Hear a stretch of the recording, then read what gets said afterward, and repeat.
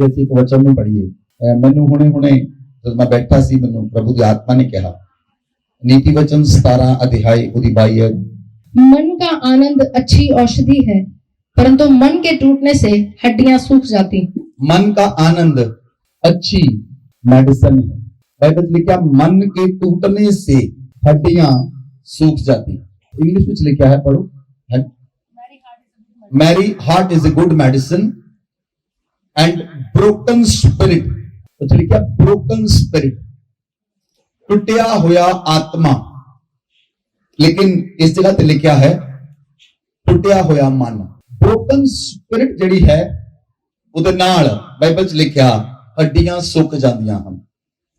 ਜਿਨ੍ਹਾਂ ਦੀ ਆਤਮਾ ਟੁੱਟੀ ਹੋਈ ਹੈ, ਜਿਨ੍ਹਾਂ ਦੀ ਆਤਮਾ ਸੁੱਕੀ ਹੋਈ ਹੈ, ਜਿਨ੍ਹਾਂ ਦੀ ਆਤਮਾ ਦੇ ਅੰਦਰ ਬ੍ਰੋਕਨਨੈਸ ਹੈ, ਉਹਨਾਂ ਦੇ ਸਰੀਰ ਦੇ ਅੰਦਰ ਬਿਮਾਰੀਆਂ ਹੁੰਦੀਆਂ ਹਨ। ਹਾਲੇਲੂਇਆ। ਬਹੁਤ ਸਾਰੇ ਲੋਕਾਂ ਨੂੰ ਜ਼ਰੂਰਤ ਹੈ ਸਰੀਰ ਦੇ ਅੰਦਰ ਚੰਗਾਈ ਦੀ। ਉਹਨਾਂ ਦੀਆਂ ਹੱਡੀਆਂ ਵਿੱਚ ਪ੍ਰੋਬਲਮ ਹੈ, ਕਈ ਲੋਕਾਂ ਦੇ ਅੱਖਾਂ ਵਿੱਚ ਪ੍ਰੋਬਲਮ ਹੈ, ਕਿਸੇ ਦੇ ਗਲੇ ਦੇ ਅੰਦਰ ਪ੍ਰੋਬਲਮ ਹੈ, ਕਿਸੇ ਦੇ ਪੇਟ ਦੇ ਵਿੱਚ ਪ੍ਰੋਬਲਮ ਹੈ, ਔਰ ਕਿਸੇ ਦੇ ਨਾੜਾਂ ਦੇ ਅੰਦਰ ਪ੍ਰੋਬਲਮ ਹੈ, ਕਿਸੇ ਦੇ ਬਲੱਡ ਦੇ ਅੰਦਰ ਪ੍ਰੋਬਲਮ ਹੈ। ਹਰ ਜਗ੍ਹਾ ਉੱਤੇ ਸਮੱਸਿਆਵਾਂ ਹਨ। ਲੇਕਿਨ ਬਹੁਤ ਸਾਰੇ ਲੋਕ ਜਿਹੜੇ ਹਨ ਉਹ ਜਦੋਂ ਆਪ ਚਰਚ ਵੀ ਆਉਂਦੇ ਹਨ, ਚੰਗਾਈ ਨੂੰ ਰਿਸੀਵ ਕਰਦੇ ਹਨ, ਚੰਗਾਈ ਉਹਨਾਂ ਨੂੰ ਮਿਲ ਜਾਂਦੀ ਹੈ। ਲੇਕਿਨ 15 ਦਿਨ, 2 ਮਹੀਨੇ, 5 ਮਹੀਨੇ, 6 ਮਹੀਨੇ ਬਾਅਦ ਉਹ ਦੁਬਾਰਾ ਬਿਮਾਰੀ ਉਹਨਾਂ ਦੇ ਸਰੀਰ ਦੇ ਅੰਦਰ ਹੁੰਦੀ ਹੈ। ਇਹ ਕਿਉਂ? ਲੋਕਾਂ ਨੂੰ ਇਸ ਚੀਜ਼ ਸਮਝ ਨਹੀਂ ਆਉਂਦੀ, ਕਿਉਂ ਉਹ ਬਿਮਾਰੀ ਵਾਪਸ ਆਈ, ਕਿਉਂ ਉਹ ਰੋਗ ਵਾਪਸ ਆਇਆ। ਪਹਿਲਾਂ ਮੇਰੇ ਜੀਵਨ 'ਚ ਇੱਕ ਸਮੱਸਿਆ ਸੀ, ਉਹ ਦੁਬਾਰਾ ਕਿਉਂ ਵਾਪਸ ਆਈ। ਮੈਂ ਤੁਹਾਨੂੰ ਦੱਸਦਾ, ਪਿਛਲੇ ਸਾਲ ਔਰ ਉਸ ਤੋਂ ਪਿਛਲੇ ਸਾਲ ਕਿਹੜੇ ਲੋਕਾਂ ਨੂੰ ਚਿਕਨਗੁਨੀਆ ਦੀ ਪ੍ਰੋਬਲਮ ਹੋਈ ਸੀ? ਕੋਈ ਹੈ ਤੁਹਾਡੇ ਵਿੱਚ? ਤੁਸੀਂ ਇੱਕ ਚੀਜ਼ ਦੇਖੀ ਕਿ ਜਦੋਂ ਪ੍ਰੋਬਲਮ ਤੁਹਾਨੂੰ ਪਿਛਲੇ ਸਾਲ ਹੋਈ ਸੀ, 1 ਸਾਲ ਹੱਡੀਆਂ ਦਰਦ ਕਰਦੀਆਂ ਰਹੀਆਂ। ਅਸੀਂ ਫੋਕਸ ਕਰਾਂਗੇ ਇਹਨਾਂ ਦਿਨਾਂ ਦੇ ਅੰਦਰ, ਤੁਹਾਡੇ ਆਤਮਾ ਦੇ ਵਿੱਚ ਚੰਗਾਈ ਆਏਗੀ। ਬੋਲੋ ਆਮੇਨ। ਚੰਗਾਈ ਕਿੱਥੇ ਲੈ ਕੇ ਆਉਣੀ ਹੈ? ਕਿੱਥੇ ਲੈ ਕੇ ਆਉਣੀ ਹੈ? ਜਦੋਂ ਤੁਹਾਡੀ ਆਤਮਾ ਵਿੱਚ ਚੰਗਾਈ ਆਏਗੀ, ਬ੍ਰੋਕਨ ਸਪਿਰਿਟ, ਜਿਹੜਾ ਟੁੱਟਿਆ ਹੋਇਆ ਆਤਮਾ ਹੈ, ਉਹਨੂੰ ਕੋਈ ਸੰਸਾਰ ਦਾ ਡਾਕਟਰ ਨਹੀਂ ਬਣਾ ਸਕਦਾ। ਟੁੱਟੇ ਹੋਏ ਆਤਮਾ ਨੂੰ, ਟੁੱਟੇ ਹੋਏ ਮਨ ਨੂੰ ਕੋਈ ਡਾਕਟਰ ਹੀਲ ਨਹੀਂ ਕਰ ਸਕਦਾ। ਉਹਦੇ ਲਈ ਕੋਈ ਮੈਡੀਸਨ ਨਹੀਂ। ਉਹਨੂੰ ਕੇਵਲ ਔਰ ਕੇਵਲ ਜੋਤੀਆਂ ਦਾ ਪਿਤਾ ਹੀ ਹੀਲ ਕਰ ਸਕਦਾ ਹੈ, ਚੰਗਾ ਕਰ ਸਕਦਾ ਹੈ।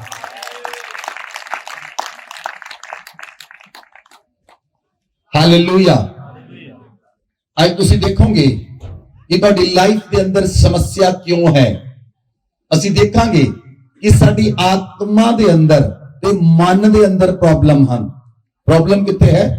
ਸਾਡੀ ਆਤਮਾ ਦੇ ਵਿੱਚ ਔਰ ਸਾਡੇ ਮਨ ਦੇ ਅੰਦਰ। ਲੇਕਿਨ ਅਸੀਂ ਆਪਣੇ ਮਨ ਨੂੰ ਖੋਲਦੇ ਨਹੀਂ, ਅਸੀਂ ਆਪਣੇ ਮਨ ਨੂੰ ਪੂਰੀ ਤਰ੍ਹਾਂ ਖੋਲਦੇ ਨਹੀਂ। ਪ੍ਰੋਬਲਮ ਮਨ ਦੇ ਅੰਦਰ ਹੈ, ਪ੍ਰੋਬਲਮ ਸਪਿਰਿਟ ਦੇ ਅੰਦਰ ਹੈ। ਇੱਥੇ ਪ੍ਰਾਣ ਦੇ ਅੰਦਰ ਤੇ ਆਤਮਾ ਦੇ ਅੰਦਰ ਉਸ ਜਗ੍ਹਾ ਦੀ ਪ੍ਰੋਬਲਮ ਹੈ। ਜਦੋਂ ਪ੍ਰਾਣ ਚੰਗਾ ਹੋ ਗਿਆ, ਆਤਮਾ ਚੰਗੀ ਹੋ ਗਈ, ਤੁਹਾਡਾ ਸਰੀਰ ਖੁਦ ਬਖੁਦ ਆਪਣੇ ਆਪ ਚੰਗਾ ਹੋ ਜਾਏਗਾ। ਜਿੰਨੀ ਮਰਜ਼ੀ ਵੱਡੀ ਪ੍ਰੋਬਲਮ ਹੋਵੇ, ਜਦੋਂ ਤੁਹਾਡੀ ਆਤਮਾ 'ਚ ਚੰਗਾਈ ਆਈ, ਉਹ ਤੁਹਾਡੇ ਮਨ ਵਿੱਚ, ਤੁਹਾਡੀ ਭਾਵਨਾਵਾਂ ਵਿੱਚ, ਤੁਹਾਡੀ ਇੱਛਾ ਵਿੱਚ ਫਲੋ ਕਰੇਗੀ। ਔਰ ਜਦੋਂ ਉਹਨਾਂ ਵਿੱਚ ਪ੍ਰਾਣ ਵਿੱਚ ਚੰਗਾਈ ਆਈ, ਉਹ ਤੁਹਾਡੇ ਸਰੀਰ ਵਿੱਚ ਆਏਗੀ। ਬੋਲੋ ਆਮੇਨ, ਬੋਲੋ ਆਮੇਨ। ਸੋ ਇਸ ਲਈ ਲਿਖਿਆ, ਮਨ ਦਾ ਆਨੰਦ ਇੱਕ ਅੱਛੀ ਮੈਡੀਸਨ ਹੈ। ਮਨ ਦਾ ਆਨੰਦ ਇੱਕ ਅੱਛੀ ਮੈਡੀਸਨ ਹੈ। ਆਮੇਨ। ਕਿਹੜੇ ਲੋਕ ਹਨ ਸੱਚ ਬੋਲਣਾ, ਜਿਹੜੇ ਰੋਜ਼ ਖੁਸ਼ ਰਹਿੰਦੇ ਹਨ? ਕਿਤੇ ਨਾ ਕਿਤੇ ਸਾਡੇ ਮਨ ਵਿੱਚ ਕੋਈ ਨਾ ਕੋਈ ਸਮੱਸਿਆ ਰਹਿੰਦੀ ਹੈ। ਸਾਡੇ ਮਨ ਦੇ ਅੰਦਰ ਕਿਸੇ ਨੇ ਕੁਝ ਬੋਲ ਦਿੱਤਾ। ਜੇ ਬੱਚਿਆਂ ਨੂੰ ਮੰਮੀ ਪਾਪਾ ਨੇ ਬੋਲ ਦਿੱਤਾ ਤਾਂ ਬੱਚੇ ਇੱਕ ਦਿਨ ਮੂੰਹ ਫੁਲਾ ਕੇ ਰੱਖਦੇ ਹਨ ਘੱਟੋ ਘੱਟ।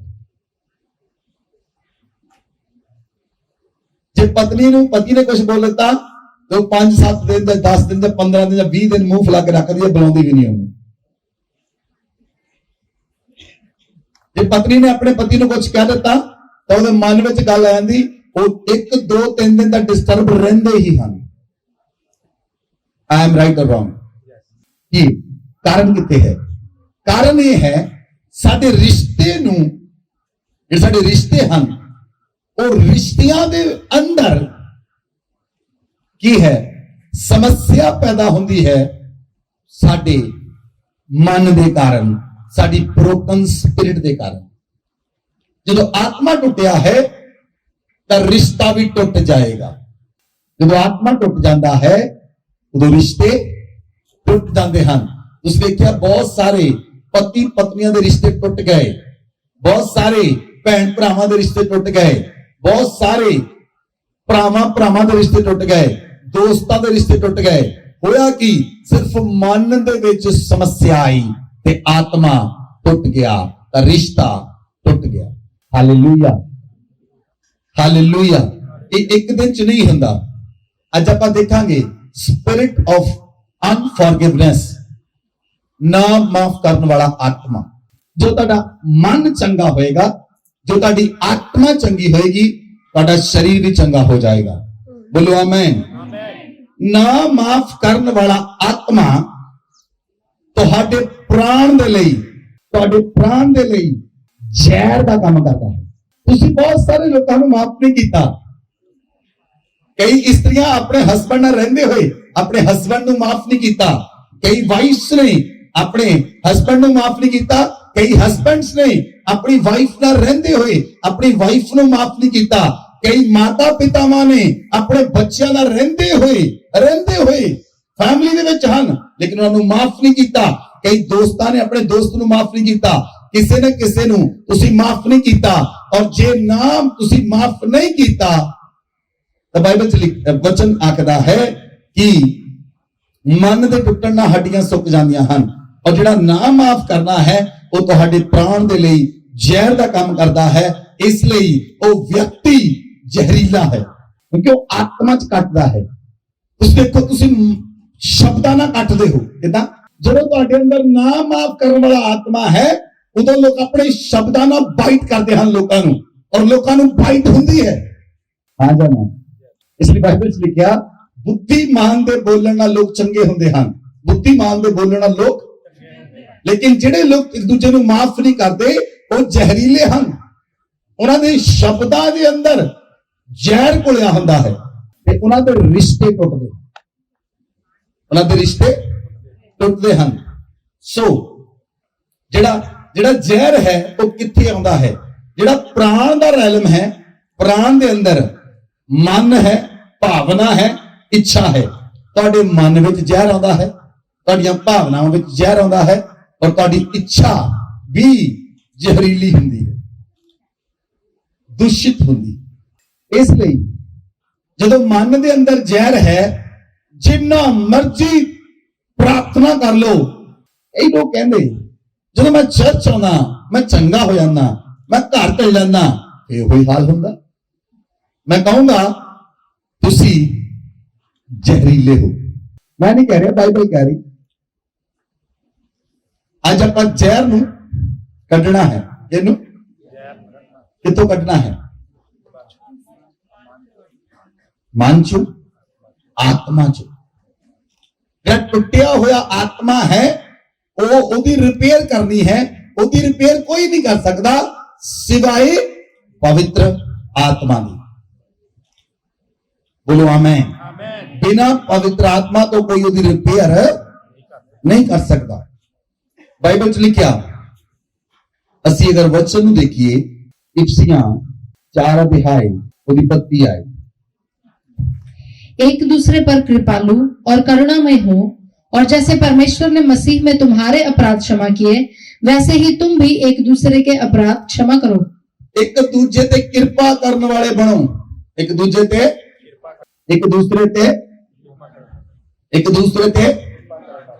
कृपा करने वाले बनो। जिस तरह मसीह ने तुहाडे अपराध माफ कीते, तुसी भी एक दूजे दे अपराधां नूं माफ करो।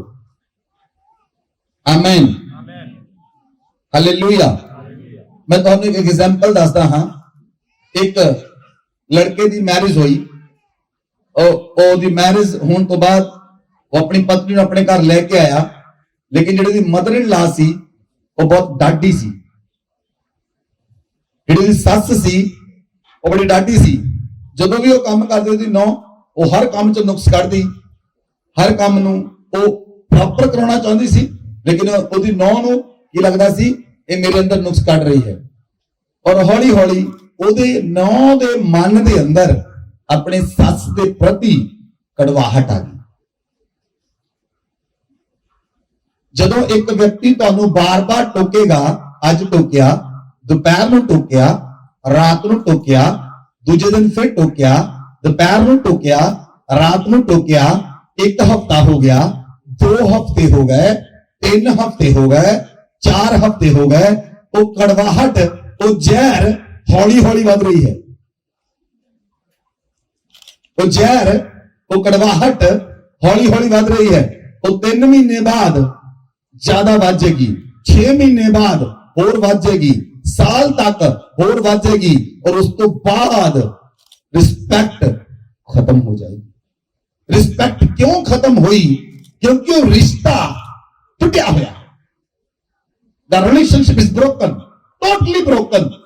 ਰਿਸ਼ਤਾ ਕਿਉਂ ਟੁੱਟਿਆ? ਕਿਉਂਕਿ ਮਨ ਟੁੱਟ ਗਿਆ। ਮਨ ਕਿਉਂ ਟੁੱਟਿਆ? ਆਤਮਾ ਟੁੱਟ ਗਈ। ਔਰ ਅਕਸਰ ਨਾਰਮਲ ਆਮ ਘਰਾਂ ਦੇ ਵਿੱਚ ਇਹ ਗੱਲ ਪਾਈ ਜਾਂਦੀ ਆ।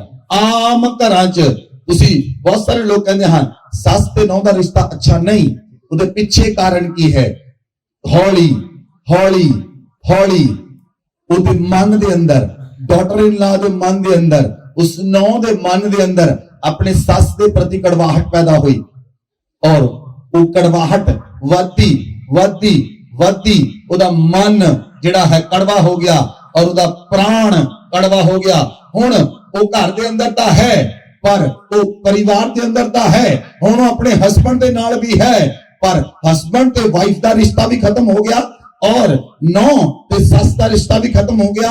ਹੁਣ ਉਸ ਜਗ੍ਹਾ ਦੇ ਉੱਤੇ ਨਨਾਣ ਦਾ ਰਿਸ਼ਤਾ ਵੀ ਖਤਮ ਹੋ ਜਾਏਗਾ। ਔਰ ਜਿੰਨੇ ਵੀ ਘਰ ਦੇ ਅੰਦਰ ਪਰਿਵਾਰ ਦੇ ਲੋਕ ਹਨ, ਜਦੋਂ ਇੱਕ ਦੇ ਨਾਲ ਰਿਸ਼ਤਾ ਟੁੱਟਿਆ, ਉਹ ਸਾਰਿਆਂ ਦੇ ਨਾਲ ਰਿਸ਼ਤਾ ਟੁੱਟਦਾ ਚਲਾ ਜਾਏਗਾ, ਕਿਉਂਕਿ ਇੱਥੇ ਮਨ ਟੁੱਟ ਚੁੱਕਾ ਹੈ। ਮੈਂ ਤੁਹਾਨੂੰ ਕਿਹਾ ਹੁਣ ਅਸੀਂ ਆਊਟਰ ਹੀਲਿੰਗ ਤੇ ਨਹੀਂ, ਅਸੀਂ ਇਨਰ ਹੀਲਿੰਗ ਦੇ ਵਿੱਚ ਚਲਾਂਗੇ। ਇਨਰ ਹੀਲਿੰਗ, ਅੰਦਰਲੀ ਚੰਗਾਈ, ਅੰਦਰੂਨੀ ਚੰਗਾਈ। ਔਰ ਤੁਸੀਂ ਇਹਨੂੰ ਸਮਝਣਾ ਹੈ, ਇਹਨੂੰ ਜਾਂਚਣਾ ਹੈ, ਔਰ ਤੁਹਾਡੀ ਹੱਡੀਆਂ, ਤੁਹਾਡਾ ਪ੍ਰਾਣ, ਤੁਹਾਡਾ ਸਰੀਰ ਚੰਗਾ ਹੋ ਜਾਏਗਾ। ਬੋਲੋ ਆਮੇਨ, ਬੋਲੋ ਆਮੇਨ। ਇੱਕ ਫੈਮਿਲੀ ਦੇ ਅੰਦਰ 5 ਮੈਂਬਰ ਸਨ।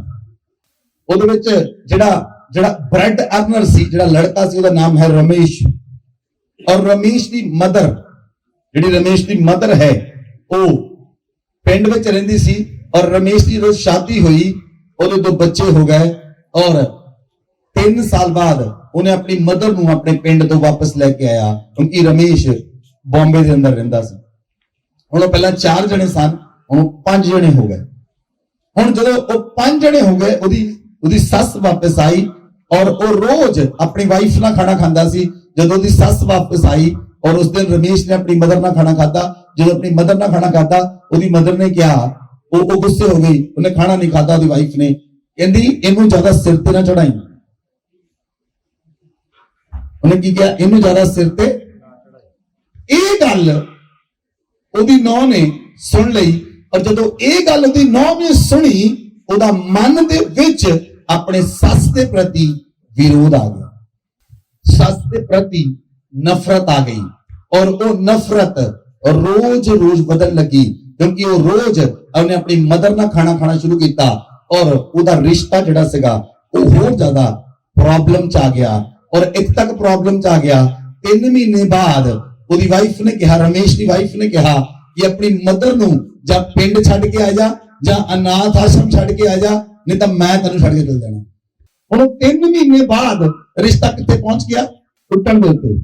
ਕਿਉਂ ਪਹੁੰਚਿਆ? ਸਿਰਫ ਇੱਕ ਸ਼ਬਦ ਦੇ ਕਾਰਨ। ਯੂਅਰ ਵਰਡ, ਤੁਹਾਡੇ ਸ਼ਬਦ ਕੀ ਪ੍ਰੋਡਿਊਸ ਕਰਦੇ ਹਨ, ਕਿਉਂਕਿ ਤੁਹਾਡੇ ਸ਼ਬਦਾਂ ਦੇ ਅੰਦਰ ਚੰਗਾਈ ਹੈ। ਮੈਂ ਤੁਹਾਨੂੰ ਕਿਹਾ, ਜਿਹੜਾ ਵਿਅਕਤੀ ਜ਼ਹਿਰੀਲਾ ਹੋਏਗਾ, ਉਹਦੇ ਸ਼ਬਦਾਂ ਵਿੱਚ ਜ਼ਹਿਰ ਹੋਏਗੀ। ਔਰ ਜ਼ਿਆਦਾ ਸ਼ਬਦ ਨਹੀਂ ਚਾਹੀਦੇ, ਇੱਕ ਲਾਈਨ ਹੀ ਬਹੁਤ ਆ ਜ਼ਹਿਰੀਲਾ ਕਰਨ ਲਈ। ਹੈਲੋ, ਤੁਹਾਡੇ ਸ਼ਬਦ ਕਿਹੋ ਜਿਹੇ ਹਨ? ਜਦੋਂ ਕੋਈ ਫੈਮਿਲੀ ਦੇ ਅੰਦਰ ਇੱਕ ਵਿਅਕਤੀ ਬੈੱਡ ਤੇ ਆ ਗਿਆ, ਇੱਕ ਵਿਅਕਤੀ ਬੈੱਡ ਦੇ ਉੱਤੇ ਹੈ, ਬਾਕੀ ਜਿਹੜੇ ਫੈਮਿਲੀ ਦੇ ਮੈਂਬਰ ਹਨ ਉਹਨਾਂ ਦਾ ਸੁਭਾਅ ਕਿਹੋ ਜਿਹਾ ਉਹਦੇ ਪ੍ਰਤੀ ਹੁੰਦਾ ਹੈ? ਕਿਹੋ ਜਿਹਾ ਸੁਭਾਅ ਹੁੰਦਾ ਹੈ? ਕਿਹੋ ਜਿਹਾ ਰਵੱਈਆ ਹੁੰਦਾ ਹੈ? ਜਿਹੜਾ ਵਿਅਕਤੀ ਬੈੱਡ ਉੱਤੇ ਹੈ ਉਹਦੇ ਨਾਲ ਲੋਕ ਕਿੱਦਾਂ ਡੀਲ ਕਰਦੇ ਹਨ, ਉਹਨੂੰ ਕਿੱਦਾਂ ਬੋਲਦੇ ਹਨ, ਔਰ ਉਹ ਵਿਅਕਤੀ ਦਾ ਮਨ ਕੜਵਾ ਹੋ ਜਾਂਦਾ ਹੈ, ਉਹ ਵਿਅਕਤੀ ਦਾ ਮਨ ਟੁੱਟ ਜਾਂਦਾ ਹੈ, ਉਹਦੀ ਆਤਮਾ ਟੁੱਟ ਜਾਂਦੀ ਹੈ, ਔਰ ਉਸ ਵਿਅਕਤੀ ਦੀ ਜੀਣ ਦੀ ਇੱਛਾ ਖਤਮ ਹੋ ਜਾਂਦੀ ਹੈ। ਇਸ ਲਈ ਤੁਸੀਂ ਇਹ ਦੇਖਣਾ ਹੈ ਕਿ ਤੁਹਾਡੇ ਸ਼ਬਦ ਕਿਹੋ ਜਿਹੇ ਹਨ, ਕਿ ਤੁਹਾਡੇ ਮਨ ਦੇ ਅੰਦਰ ਸਮੱਸਿਆ ਤਾਂ ਨਹੀਂ, ਕਿ ਤੁਹਾਡੀਆਂ ਭਾਵਨਾਵਾਂ ਵਿੱਚ ਸਮੱਸਿਆ ਤਾਂ ਨਹੀਂ, ਤੁਹਾਡੀ ਇੱਛਾ ਵਿੱਚ ਸਮੱਸਿਆ ਤਾਂ ਨਹੀਂ, ਕਿ ਤੁਹਾਡਾ ਆਤਮਾ ਟੁੱਟਾ ਹੋਇਆ ਤਾਂ ਨਹੀਂ।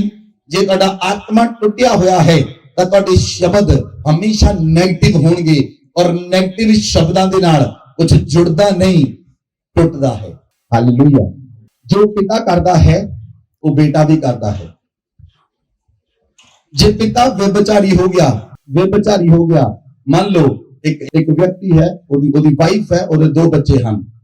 ਜੇ ਇੱਕ ਵਿਅਕਤੀ ਨੇ ਆਪਣੀ ਵਾਈਫ ਤੇ ਰਹਿੰਦੇ ਹੋਏ ਕਿਸੇ ਹੋਰ ਔਰਤ ਨੂੰ ਨਾਲ ਰਿਸ਼ਤਾ ਬਣਾ ਲਿਆ ਤਾਂ ਉਹਦੇ ਬੱਚੇ ਕਦੀ ਉਸ ਵਿਅਕਤੀ ਦੀ ਇੱਜ਼ਤ ਨਹੀਂ ਕਰਨਗੇ, ਔਰ ਉਹਦੀ ਇੱਜ਼ਤ ਉਹਨੇ ਪੂਰੀ ਤਰ੍ਹਾਂ ਫਨਾਹ ਕਰ ਲਈ ਹੋਏਗੀ, ਕਿਉਂਕਿ ਉਸ ਵਿਅਕਤੀ ਨੇ ਆਪਣੇ ਬੱਚਿਆਂ ਦੇ ਲਈ ਇੱਕ ਅੱਛਾ ਰੋਲ ਮਾਡਲ ਨਹੀਂ ਬਣਿਆ। ਉਹਦੇ ਬੱਚਿਆਂ ਦੇ ਮਨ ਵਿੱਚ ਕੜਵਾਹਟ ਆਈ ਆਪਣੇ ਪਿਤਾ ਦੇ ਪ੍ਰਤੀ, ਕਿਉਂਕਿ ਉਹਦੇ ਪਿਤਾ ਨੇ ਆਪਣਾ ਰਿਸ਼ਤਾ ਉਹਨਾਂ ਦੇ ਨਾਲ ਬਣਾ ਕੇ ਨਹੀਂ ਰੱਖਿਆ ਜਿਹੜਾ ਜੋਤੀਆਂ ਦੇ ਪਿਤਾ ਦੇ ਵੱਲੋਂ ਸੀ। ਸੋ ਇਸ ਲਈ ਜਦੋਂ ਰਿਸ਼ਤਿਆਂ ਦੇ ਵਿੱਚ ਸਮੱਸਿਆ ਕਦੋਂ ਆਉਂਦੀ ਹੈ? ਜਦੋਂ ਸ਼ਬਦਾਂ ਦੇ ਵਿੱਚ ਸਮੱਸਿਆ ਆਉਂਦੀ ਹੈ। ਇਹ ਚਾਹੁੰਦੀ ਹੈ ਸ਼ਬਦਾਂ ਵਿੱਚ ਸਮੱਸਿਆ ਆਉਂਦੀ ਹੈ। ਹਾਲੇਲੂਇਆ। ਤੁਸੀਂ ਜਦੋਂ, ਮੈਂ ਬਹੁਤ ਸਾਰੇ ਲੋਕਾਂ ਨੂੰ ਦੇਖਿਆ, ਜਦ ਤੁਸੀਂ ਬੋਲਦੇ ਹੋ ਹਾਸੇ ਵਿੱਚ, ਹਸਬੰਡ ਆਪਣੀ ਵਾਈਫ ਨੂੰ, ਵਾਈਫ ਆਪਣੇ ਹਸਬੰਡ ਨੂੰ, ਦੋਸਤ ਆਪਣੇ ਦੋਸਤ ਨੂੰ ਕੁਝ ਏਦਾਂ ਦੀਆਂ ਗੱਲਾਂ ਕਹਿ ਦਿੰਦੇ ਜਿਨ੍ਹਾਂ ਗੱਲਾਂ ਦੇ ਨਾਲ ਉਹਨਾਂ ਦਾ ਮਨ ਟੁੱਟ ਜਾਂਦਾ। ਮਨ ਤੋੜਨ ਲਈ ਹਥੌੜਾ ਨਹੀਂ ਚਾਹੀਦਾ, ਮਨ ਤੋੜਨ ਲਈ ਹਥੌੜਾ ਨਹੀਂ ਚਾਹੀਦਾ, ਮਨ ਤੋੜਨ ਲਈ ਅੱਗ ਵੀ ਨਹੀਂ ਚਾਹੀਦੀ। ਮਨ ਤੋੜਨ ਲਈ ਇੱਕ ਸ਼ਬਦ ਹੀ ਕਾਫੀ ਹੈ। ਮਨ ਟੁੱਟਣ ਦੇ ਲਈ ਸ਼ਬਦ ਹੀ ਕਾਫੀ ਹੈ। ਲੇਕਿਨ ਤੁਹਾਡੇ ਸ਼ਬਦ ਕਿਹੋ ਜਿਹੇ ਹਨ ਅੱਜ ਅਸੀਂ ਦੇਖਾਂਗੇ। ਤੁਸੀਂ ਖੁਦ ਦੇਖਣਾ ਹੈ ਉਹ ਚੀਜ਼, ਤੁਸੀਂ ਅੱਜ ਫਾਈਂਡ ਕਰਨਾ, ਕੱਲੇ ਬੰਦੇ ਨੇ ਇਹ ਦੇਖਣਾ ਨਹੀਂ ਇਹ ਸਮੱਸਿਆ ਤਾਂ ਉਹਦੇ ਵਿੱਚ ਆ, ਇਹ ਸਮੱਸਿਆ ਤਾਂ ਉਹਦੇ ਵਿੱਚ। ਇਹ ਵਚਨ ਮੈਂ ਕਿਸੇ ਲਈ ਨਹੀਂ ਸੁਣਾ ਰਿਹਾ, ਤੁਹਾਡੇ ਕੱਲੇ ਲਈ ਵਚਨ ਸੁਣਾ ਰਿਹਾ। ਤੁਸੀਂ ਆਪਣੇ ਅੰਦਰ ਚੈੱਕ ਕਰਨਾ ਹੈ ਇਹ ਪ੍ਰੋਬਲਮ ਮੇਰੇ ਅੰਦਰ ਤਾਂ ਨਹੀਂ, ਬਸ। ਸੋ ਵਚਨ ਨੂੰ ਆਪਣੇ ਤੇ ਲੈਣਾ ਹੈ। ਹਾਲੇਲੂਇਆ। ਵਚਨ ਨੂੰ ਆਪਣੇ ਲਈ ਰਿਸੀਵ ਕਰਨਾ ਹੈ। ਸੋ ਉਹਦੀ ਜਦੋਂ ਉਹ ਰਮੇਸ਼ ਦੀ ਵਾਈਫ ਪੂਰੀ ਤਰ੍ਹਾਂ ਕੜਵਾਹਟ ਨਾਲ ਭਰ ਗਈ, ਉਹਨੇ ਆਪਣੇ ਹਸਬੰਡ ਨੂੰ ਕਿਹਾ ਜਾਂ ਤਾਂ ਇਹਨੂੰ ਤੂੰ ਛੱਡ ਕੇ ਆ ਪਿੰਡ, ਜਾਂ ਤੂੰ ਇਹਨੂੰ ਛੱਡ ਕੇ ਆ ਅਨਾਥ ਆਸ਼ਰਮ, ਜਾਂ ਇਹਨੂੰ ਛੱਡ ਕੇ ਆ ਬ੍ਰਿਧ ਆਸ਼ਰਮ, ਨਹੀਂ ਤਾਂ ਮੈਂ ਆਪਣੇ ਪੇਕੇ ਚੱਲੀ। ਹੁਣ ਇੱਕ ਸ਼ਬਦ ਦੇ ਨਾਲ ਰਿਸ਼ਤਾ ਬ੍ਰੇਕ ਹੋ ਗਿਆ। ਕਿਉਂ? ਕਿਉਂਕਿ ਮਨ ਟੁੱਟ ਗਿਆ। ਇਸ ਲਈ ਨਾ ਮਾਫ ਕਰਨ ਵਾਲਾ ਆਤਮਾ ਰਮੇਸ਼ ਦੀ ਵਾਈਫ ਦੇ ਅੰਦਰ ਆ ਗਿਆ। ਹੁਣ ਉਹ ਚਾਹ ਕੇ ਵੀ ਆਪਣੀ ਸੱਸ ਨੂੰ ਮਾਫ ਨਹੀਂ ਕਰ ਸਕਦੀ, ਕਿਉਂਕਿ ਉਹਨੂੰ ਪਤਾ ਨਹੀਂ ਉਹਦੇ ਅੰਦਰ ਇੱਕ ਆਤਮਾ ਆ ਚੁੱਕਾ ਹੈ, ਜਿਹੜਾ ਆਤਮਾ ਹੈ ਸਪਿਰਿਟ ਆਫ ਅਨਫੋਰਗਿਵਨੈਸ, ਨਾ ਮਾਫ ਕਰਨ ਵਾਲਾ। ਔਰ ਜਦੋਂ ਇਹ ਆਤਮਾ ਆਉਂਦਾ ਹੈ ਉਸ ਸਮੇਂ ਤੁਸੀਂ ਚਾਹ ਕੇ ਵੀ ਕਿਸੇ ਨੂੰ ਮਾਫ ਨਹੀਂ ਕਰ ਸਕਦੇ, ਕਿਉਂਕਿ ਤੁਸੀਂ ਹੁਣ ਪ੍ਰੋਸੈਸਡ ਹੋ ਚੁੱਕੇ ਹੋ ਇੱਕ ਆਤਮਾ ਦੇ ਦੁਆਰਾ, ਜਿਹੜੀ ਆਤਮਾ ਤੁਹਾਨੂੰ ਮਾਫ ਕਰਨ ਨਹੀਂ ਦੇਵੇਗੀ। ਹਾਲੇਲੂਇਆ। ਨੰਬਰ 1, ਨਾ ਮਾਫ ਕਰਨ ਵਾਲਾ ਆਤਮਾ ਪਰਮੇਸ਼ਵਰ ਦੀ ਮਾਫੀ ਲੈਣ ਤੋਂ ਰੋਕਦਾ ਹੈ। ਪਰਮੇਸ਼ਵਰ ਦੀ ਮਾਫੀ ਲੈਣ ਤੋਂ ਰੋਕਦਾ ਹੈ। ਜੇ ਅਸੀਂ ਵਚਨ ਨੂੰ ਪੜ੍ਹੀਏ, वचन खोलो, मत्ती दी पुस्तक 6 अध्याय ਉਹਦੀ 14 आयत ਨੂੰ पढ़ो। इसलिए यदि तुम मनुष्य के अपराध क्षमा करोगे तो तुम्हारा स्वर्गीय पिता भी तुम्हें क्षमा करेगा।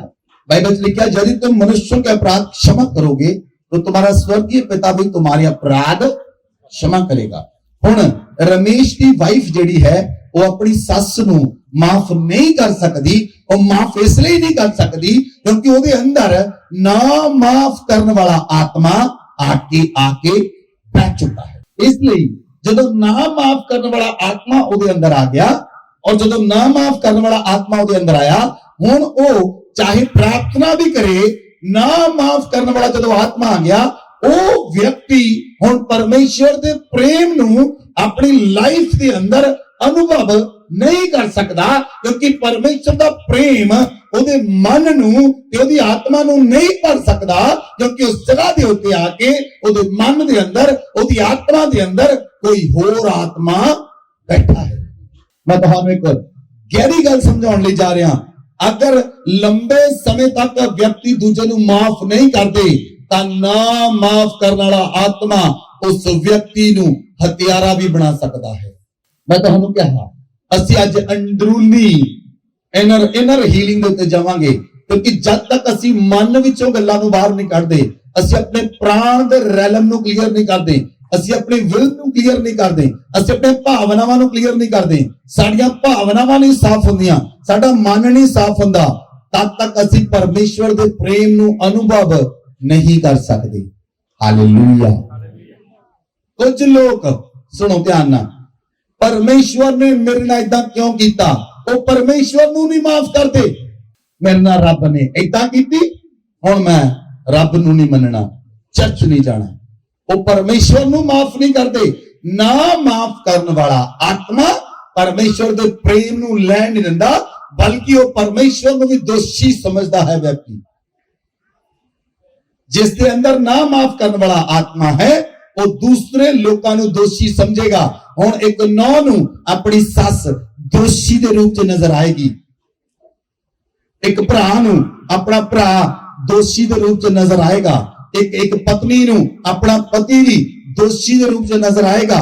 ਕਿਉਂ? ਉਹਦੇ ਅੰਦਰ ਕੜਵਾਹਟ ਆ ਚੁੱਕੀ ਹੈ, ਉਹਦੇ ਅੰਦਰ ਨਾ ਮਾਫ ਕਰਨ ਵਾਲਾ ਆਤਮਾ ਆ ਚੁੱਕਾ ਹੈ। ਹੁਣ ਉਸ ਨੂੰ ਆਪਣਾ ਪਤੀ ਵੀ ਦੋਸ਼ੀ ਲੱਗਦਾ ਹੈ, ਆਪਣੀ ਨਨਾਣ ਵੀ ਦੋਸ਼ੀ ਲੱਗਦੀ ਹੈ, ਆਪਣੀ ਸੱਸ ਵੀ ਦੋਸ਼ੀ ਲੱਗਦੀ ਹੈ ਕਿਉਂਕਿ ਉਹਦੀ ਨਾ ਮਾਫ ਕਰਨ ਵਾਲਾ ਆਤਮਾ ਉਹਦੇ ਅੰਦਰ ਆ ਕੇ ਬੈਠ ਚੁੱਕਾ ਹੈ। ਹਾਲੇਲੂਇਆ।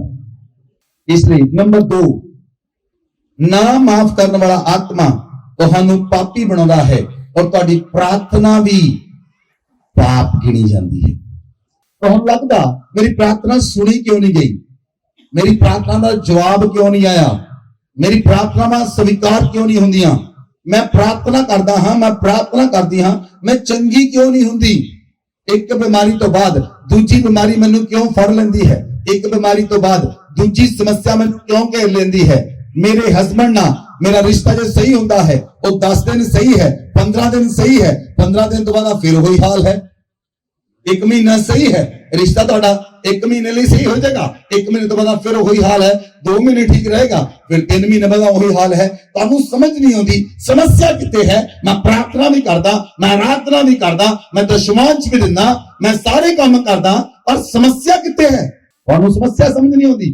ਤੁਹਾਨੂੰ ਸਮੱਸਿਆ ਤੁਸੀਂ ਲੱਭਣਾ ਚਾਹੁੰਦੇ ਹੋ ਪਰ ਤੁਹਾਨੂੰ ਲੱਭਦੀ ਨਹੀਂ, ਤੁਸੀਂ ਦੇਖਣਾ ਚਾਹੁੰਦੇ ਹੋ ਪਰ ਤੁਹਾਨੂੰ ਦਿਸਦਾ ਨਹੀਂ। ਜਦ ਤੱਕ ਤੁਸੀਂ ਆਤਮਿਕ ਅੱਖਾਂ ਨਾਲ ਨਹੀਂ ਦੇਖਦੇ, ਤੁਹਾਡੀਆਂ ਆਤਮਾ ਦੀਆਂ ਅੱਖਾਂ ਨਹੀਂ ਖੁੱਲ ਜਾਂਦੀਆਂ, ਤਦ ਤੱਕ ਤੁਸੀਂ ਆਜ਼ਾਦ ਨਹੀਂ ਹੋ ਸਕਦੇ। ਅੱਜ ਪਵਿੱਤਰ ਆਤਮਾ ਤੁਹਾਡੀਆਂ ਆਤਮਾ ਦੀਆਂ ਅੱਖਾਂ ਨੂੰ ਖੋਲਣ ਲਈ ਜਾ ਰਿਹਾ ਹੈ, ਤੁਹਾਡੀਆਂ ਆਤਮਾ ਦੀਆਂ ਅੱਖਾਂ ਨੂੰ ਜੋਤੀਮय ਕਰਨ ਲਈ ਜਾ ਰਿਹਾ ਹੈ ਤਾਂ ਕਿ ਤੁਸੀਂ ਸਮੱਸਿਆ ਨੂੰ ਆਪਣੀਆਂ ਇਹਨਾਂ ਅੱਖਾਂ ਨਾਲ ਸਾਫ਼-ਸਾਫ਼ ਦੇਖ ਸਕੋ। ਬੋਲੋ ਆਮੀਨ। ਅੱਜ ਤੋਂ ਬਾਅਦ ਟੁਡੇ ਔਨਵਰਡ ਤੁਹਾਨੂੰ ਆਪਣੇ ਅੰਦਰ ਵੀ ਪਤਾ ਲੱਗੇਗਾ ਮੇਰੇ ਅੰਦਰ ਕੀ ਸਮੱਸਿਆ ਹੈ, ਲੇਕਿਨ ਜਦੋਂ ਤੁਸੀਂ ਲੋਕਾਂ ਨੂੰ ਮਿਲੋਗੇ ਉਹਨਾਂ ਦੇ ਸ਼ਬਦਾਂ ਨੂੰ ਤੁਹਾਨੂੰ ਪਤਾ ਲੱਗ ਜਾਏਗਾ ਇਹਦੇ ਅੰਦਰ ਇਹ ਆਤਮਾ ਲੁਕ ਕੇ ਬੈਠਾ ਹੋਇਆ ਹੈ। ਨਾ ਮਾਫ ਕਰਨ ਵਾਲਾ ਆਤਮਾ ਤੁਹਾਨੂੰ ਪਾਪੀ ਬਣਾਉਂਦਾ ਹੈ ਔਰ ਪ੍ਰਾਰਥਨਾ ਪਾਪ ਗਿਣੀ ਜਾਂਦੀ ਹੈ। ਵਚਨ ਨੂੰ ਦੇਖਦੇ ਹਾਂ, ਨੀਤੀ ਵਚਨ ਸਾਰੇ ਨਹੀਂ, नीति वचन 28 अध्याय उसकी 9 आयत। जो अपना कान व्यवस्था सुनने से मोड़ लेता है, जो अपना कान परमेश्वर के वचन को सुनने से मोड़ लेता है, उसकी प्रार्थना घृणित ठहरती है। उसकी प्रार्थना घृणित ठहरती है। हालेलुया। जिन्हें आप परमेश्वर के वचन के कान नहीं लाया, परमेश्वर के वचन अपने हृदय च नहीं लिया, परमेश्वर का वचन उनके हृदय च नहीं आया। परमेश्वर का वचन हृदय च क्यों नहीं आया? क्योंकि उत्थे कोई होर आत्मा ने कब्जा किया है। हालेलुया। हे परमेश्वर आज तेरा जो वचन बीजिया जाए वो मेरे मन च 100 गुना फल लेके आए और शैतान उस वचन ਨੂੰ चुरा ना सके। शैतान कितना चुरांदा है जे उस जगह दे उत्ते मन च बैठा है तो ਉਹਨੇ वचन ਨੂੰ खा ही जाना अंदर बैठा हो और भूमि सख्त कर दिंदा। ਉਹ ਭੂਮੀ ਨੂੰ ਮਨ ਨੂੰ ਕੀ ਕਰ ਦਿੰਦਾ ਸਖਤ ਕਰ ਦਿੰਦਾ। ਜੇ ਅਸੀਂ ਬੀਜ ਨੂੰ ਬੀਜਣਾ ਹੈ ਤਾਂ ਸਾਨੂੰ ਭੂਮੀ ਤੇ ਉੱਤੇ ਪਹਿਲਾਂ ਹਲ ਚਲਾਉਣਾ ਪਏਗਾ, ਭੂਮੀ ਨੂੰ ਨਰਮ ਕਰਨਾ ਪਏਗਾ, ਪਾਣੀ ਛੱਡਣਾ ਪਏਗਾ, ਭੂਮੀ ਨੂੰ ਫਿਰ ਹਲ ਚਲਾਉਣਾ ਪਏਗਾ, ਭੂਮੀ ਨਰਮ ਕਰਨੀ ਪਏਗੀ। ਜਦੋਂ ਮਨ ਦੀ ਭੂਮੀ ਨਰਮ ਹੋਏਗੀ, ਜਦੋਂ ਮਨ ਦੀ ਭੂਮੀ ਪੂਰੀ ਤਰ੍ਹਾਂ ਤਿਆਰ ਹੋਏਗੀ, ਜਿਹੜਾ ਪਰਮੇਸ਼ਰ ਦਾ ਬੀਜ ਬੀਜਿਆ ਗਿਆ ਉਹ ਤੁਹਾਡੀ ਲਾਈਫ ਵਿੱਚ 100 ਗੁਣਾ ਫਲ ਲੈ ਕੇ ਆਏਗਾ। ਬੋਲੋ ਆਮੇਨ। ਬਾਈਬਲ 'ਚ ਲਿਖਿਆ ਯੀਸ਼ੂ ਮਸੀਹ ਨੇ ਕਿਹਾ ਜਦੋਂ ਵਚਨ ਬੀਜਿਆ ਜਾਂਦਾ ਹੈ ਕਿਸੇ ਭੂਮੀ ਤੇ 30 ਗੁਣਾ ਫੜਿਆ, ਕਿਸੇ ਦੇ 60 ਗੁਣਾ ਫੜਿਆ, ਕਿਤੇ 100 ਗੁਣਾ ਫੜਿਆ। 100 ਗੁਣਾ ਕਿੱਥੇ ਫੜਿਆ? ਜਿਹੜੀ ਪੂਰੀ ਤਰ੍ਹਾਂ ਅੱਛੀ ਭੂਮੀ ਸੀ। 60 ਗੁਣਾ ਕਿੱਥੇ ਫੜਿਆ? ਜਿੱਥੇ ਕੋਈ ਨਾ ਕੋਈ ਸਮੱਸਿਆ ਸੀ। 30 ਗੁਣਾ ਕਿੱਥੇ ਫੜਿਆ? ਜਿੱਥੇ ਸਮੱਸਿਆ ਜ਼ਿਆਦਾ ਸੀ। ਜਿੱਥੇ ਵਚਨ ਫੜਿਆ ਹੀ ਨਹੀਂ ਉਹ ਕੀ ਸੀ?